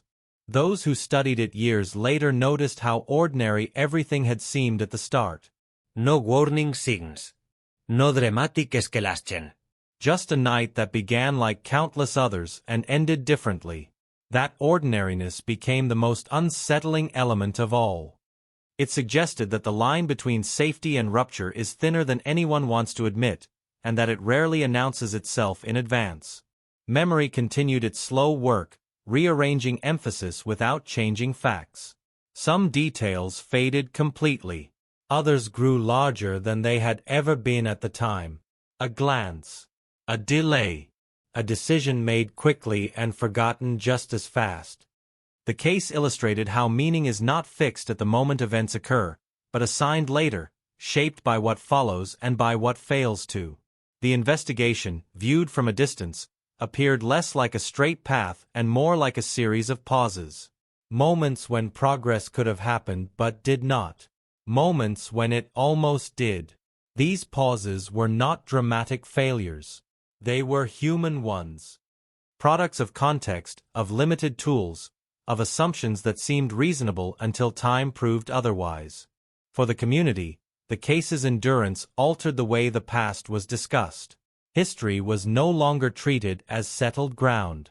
It was approached with caution, an understanding that what is recorded is not always complete, and what is missing can matter just as much as what remains. This shift did not breed mistrust. It bred attentiveness. The emotional weight of the story softened further, but it did not dissipate. It transformed into something steadier, less painful but more persistent. The kind of weight that does not overwhelm, yet never fully lifts. It existed as a background presence, influencing perception without demanding focus. In private moments, those closest to the loss found that the case no longer defined their memory of the person involved. Other images surfaced more easily now. Laughter, habits, ordinary gestures that had nothing to do with the night that changed everything. The breakthrough had allowed this separation, had loosened the grip of a single moment on an entire life. The cold case designation, once heavy with implication, now felt almost neutral. It described a process, not a failure. A state of waiting that could last years or decades without negating effort. The case stood as proof that waiting, when done deliberately, can be an act of responsibility rather than neglect. As attention moved elsewhere, the story receded further into the collective background. Yet it remained accessible, ready to surface when needed, when someone asked how long truth can remain hidden, or what it costs to keep looking. The answer was never simple. The case did not offer one. The night in 1976 stayed where it had always been, untouched by reinterpretation. What surrounded it continued to evolve. Understanding expanded. Judgment softened. The distance between then and now grew wider, but it did not sever the connection. And so the story continued, not forward, not backward, but outward, spreading quietly into the broader understanding of how time, memory, and truth interact. It did not seek resolution. It had learned to exist without it. In that existence, the case found its final form. Not as a question waiting to be answered, but as a reminder that some stories endure precisely because they resist conclusion, and that in carrying them forward, we acknowledge not only what was lost, but what was learned in the waiting. Eventually, the case reached a point where it no longer felt tethered to time at all. It was neither recent nor distant, neither active nor dormant. It existed as a fixed presence, a reference that could be touched without being reopened, examined without being disturbed. The years had granted it a strange permanence, the kind reserved for events that reshape understanding rather than demand reaction. Those who spoke of it now did so without urgency, their voices steady, their language careful. There was no need to convince, no need to dramatize. The facts were known, the uncertainties acknowledged. What remained was interpretation, and interpretation no longer sought consensus. The case had moved beyond argument into reflection, a quieter and more durable state. The night itself, once replayed endlessly in search of missed meaning, finally resisted further reconstruction. It offered no new angles, no hidden sequence waiting to be discovered. That resistance became its own answer. It marked the limit of what could be known, a boundary not imposed by indifference, but by reality. Accepting that boundary did not diminish the story. It clarified it. The evidence that had altered everything now carried a different significance. It was no longer a key. It was a reminder. A reminder that truth does not announce itself when it arrives, and that its impact is often determined by timing as much as substance. Had it emerged earlier, the outcome might have been different. Had it emerged later, it might have meant nothing at all. Its arrival was neither just nor unjust. It was simply late. Within the community, the case had quietly reshaped trust. Not eroded it, not strengthened it, but refined it. People learned that faith in systems must be accompanied by patience, and that patience must be paired with accountability. These were not lessons learned deliberately. They were absorbed gradually, through repetition, through memory, through the slow realization that certainty is rarely immediate. For the family, the passage of time continued its steady work. Grief no longer felt like interruption. It felt like continuity. It moved alongside life rather than against it, integrated rather than resisted. The case no longer intruded upon remembrance. It allowed remembrance to exist independently, freed from the constant need for explanation or defense. Those who encountered the story for the first time now experienced it without shock. Instead, they felt something more unsettling: recognition. Recognition that the past does not recede simply because it is acknowledged, and that understanding often arrives stripped of comfort. The case offered no catharsis, only awareness. In discussions of cold cases, this one was no longer cited as an anomaly. It became representative. Not because of how it ended, but because of how long it endured. It illustrated that unresolved stories do not fade. They accumulate meaning. Each year adds context, not clarity. And in that accumulation, they begin to say something larger than their original scope. The town carried on, no longer conscious of carrying anything at all. The story had blended into its foundation, indistinguishable from other moments that had shaped its character. It was no longer a defining feature. It was a quiet influence, present without being named. The night in 1976 remained unchanged, fixed in its original silence. What surrounded it had transformed entirely. Memory had softened its edges. Time had expanded its significance. The breakthrough had altered its trajectory, but not its essence. And so the case reached its true conclusion, not marked by an ending, but by endurance. It remained as evidence of patience, of restraint, of the human impulse to continue looking even when certainty retreats. The cold case did not ask to be solved anymore. It asked only to be held accurately, remembered without distortion, acknowledged without expectation. In that state, it finally rested, not resolved, not forgotten, but understood as fully as time would allow.